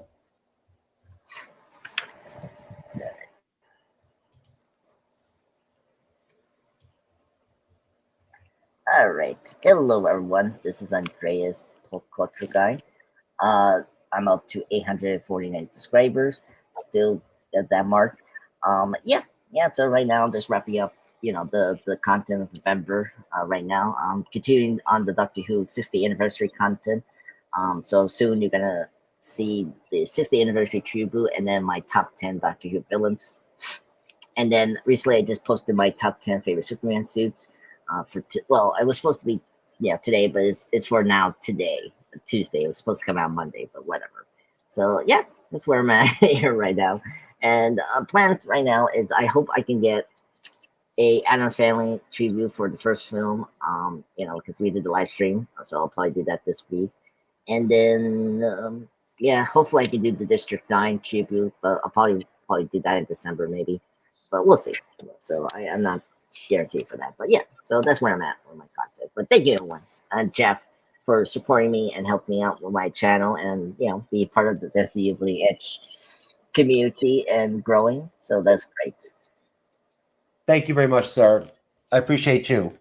Let me go check out this live real quick and whatnot, everything. There it is, baby. Yeah. I'm telling you, buddy, we need to start throwing some pictures of me and you on the thumbnails. It helps. Yeah. People like to see the actual people and whatnot that are on the shows. You know what I mean? They also use your StreamYard videos, man. Just take the live streams that we already have and whatnot and everything, and like make sure that you do things like this, and go to your, bring in like your tight screenshot here and there when we're live streaming, whatever, right? Or just even use the ones where we're just doing this or whatever, whatnot, and everything, right? And I just screenshot it and then edit it, stretch out the photos and whatnot. I mean, that's what I do. Yeah, I always like to put the movie posters, and like you can know where and I'll put No, I'm just saying, like, every once in a while, like every 5th show or something, you should sneak in a couple of pictures of me and you, whatnot, everything, right? Or just to keep things like interesting. You know what I'm saying? And whatnot, everything, and like it's good to like add your face to your brand, right? That's a good point. I'll definitely want to start that soon when we get more. Like, I know you have lots of ideas and whatnot, everything, just like I do. We got all kinds of interesting shit going on, folks. We're already planning 2024. I'm already recruiting guests for Michonne and Rick. That's very good. Hopefully we'll be getting a full trailer for that soon. I'm really hoping to really I'm gonna have the energy this time, Andres, to be able to really go out and recruit amongst the Walking Dead community on like Facebook and whatnot and everything, and really try to make sure that it's not just us when we review Rick and Michonne. Because I want to be able to try to carry some people over that come in and cover some of that stuff with us onto us doing like Dead City recap shows and whatnot, everything, doing Daryl Dixon recap shows, right? Maybe deciding that we want to do like, now that we talked about it the other night, now I'm thinking about like wanting to like review The Walking Dead from like episode 1 and just do like double episode reviews or something like that or whatever, whatnot, do it in some kind of format that is short form, right? Yeah. think it's a good show, man. Yeah, it's a good show, and I think it'll be great to review the beginning of it because there's growing pains in the show. Of course there are, but we'll see. But no, folks, we hope you appreciate appreciate us and whatnot, everything for what we do here. Just like we definitely appreciate what you do for us here and what you do for Andres, what you do for Cyber, what you do for everybody that comes on the bleeding edge. But at the end of the day, right, we're getting close to the end of the year. So just try to help Andres and Cyber get up to 1,000 subs. That would be nice. And I wouldn't mind seeing us get close to 40K by the end of the year. That'd be nice, 40K subs, right? With a goal maybe next year of like trying to hit like 75,000. So, right, I'll tell you right now, when we hit 100K, baby, we're gonna have like 100K special and whatnot, everything. Where like it's gonna be off the chain, baby. Yeah, off the chain. We gotta plan our your 10-year anniversary, our 6-month Bleeding Edge Report anniversary, and Christmas special. Yeah, Christmas special. We gotta put all that shit into one thing. Yeah. Well, I think we need to do for a Christmas special. I think to check. Like, I know the Christmas Story has a 40th anniversary. We can talk about that movie. Yeah. I want to do like a live stream party, whatever, and whatnot, everything on here and whatnot. We can go on your show if you want to review a movie. I just want to like bullshit and play old like video clips and make fun of each other and whatnot, everything, and like bring Cyber on and whatnot, everything, and we'll talk some shit and like give away some stuff or something, whatever, like I'll get drunk and shit. If we'll just reminisce and whatnot, everything, and talk about all the series we covered, right? Yeah. Talk about your content. We'll pull up some of your shows, some of your content, right? Yeah. Oh, that's the thing I was gonna ask you. To come on, you know what I'm saying, whatnot, say hello, and everything and whatnot, all that. It'd be nice. Yeah, yeah. What are you gonna ask me? Yeah, I was gonna ask you the 24th. You want to do a live stream? Because we can do 28 days later that day. What is the 24th? The Sunday. Because the 25th is a Monday. Weird. Oh yeah, I don't care. Whatever. Okay. What is that? The third Sunday of December or whatever, or something like that? Yeah. Yeah, I don't care. You want to do 28 days later then? Yeah, I think it'd be good. Okay. Yeah, I already ordered it. It should be in the mail any day now. Awesome. I got a new gaming chair, baby. Next time you see me back here, you'll see my new chair. Oh, I didn't have time to put it together. That's very cool. Definitely. All right, brother. It was good. It was a good show, man. Good to have you. Again, we appreciate you out there, folks. We'll see you in the next one. We'll have WandaVision episode 6 for your ass next week. And like we already said, we've got Infinity War Part 2 on Wednesday. The Truman Show on Friday. Yep. And then, are we doing anything on your show on Sunday? No, we're taking a break. Taking a break. That's right. Do you have something going on? Yeah. I'm going to New York. So Okay, you're going to New York. That's right. Yeah. So our next show will be. Hold on. I had to move the dates. Give me a minute. So our next show will be a week after that, right? The Sunday after? Yeah, the 10th. Yeah, the 10th. Because the December 3rd is no live stream. So December 10th is our next live stream. That's Lost in Translation. So that's gonna be fun. I'm looking forward to that. Yeah, so we're gonna do that. All right, brother. I'll see you in the studio. Peace, folks.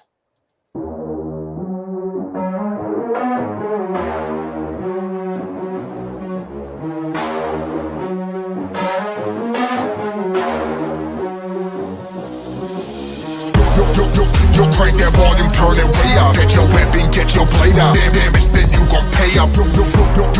Yo, crank that volume, turn it way up. Get your weapon, get your blade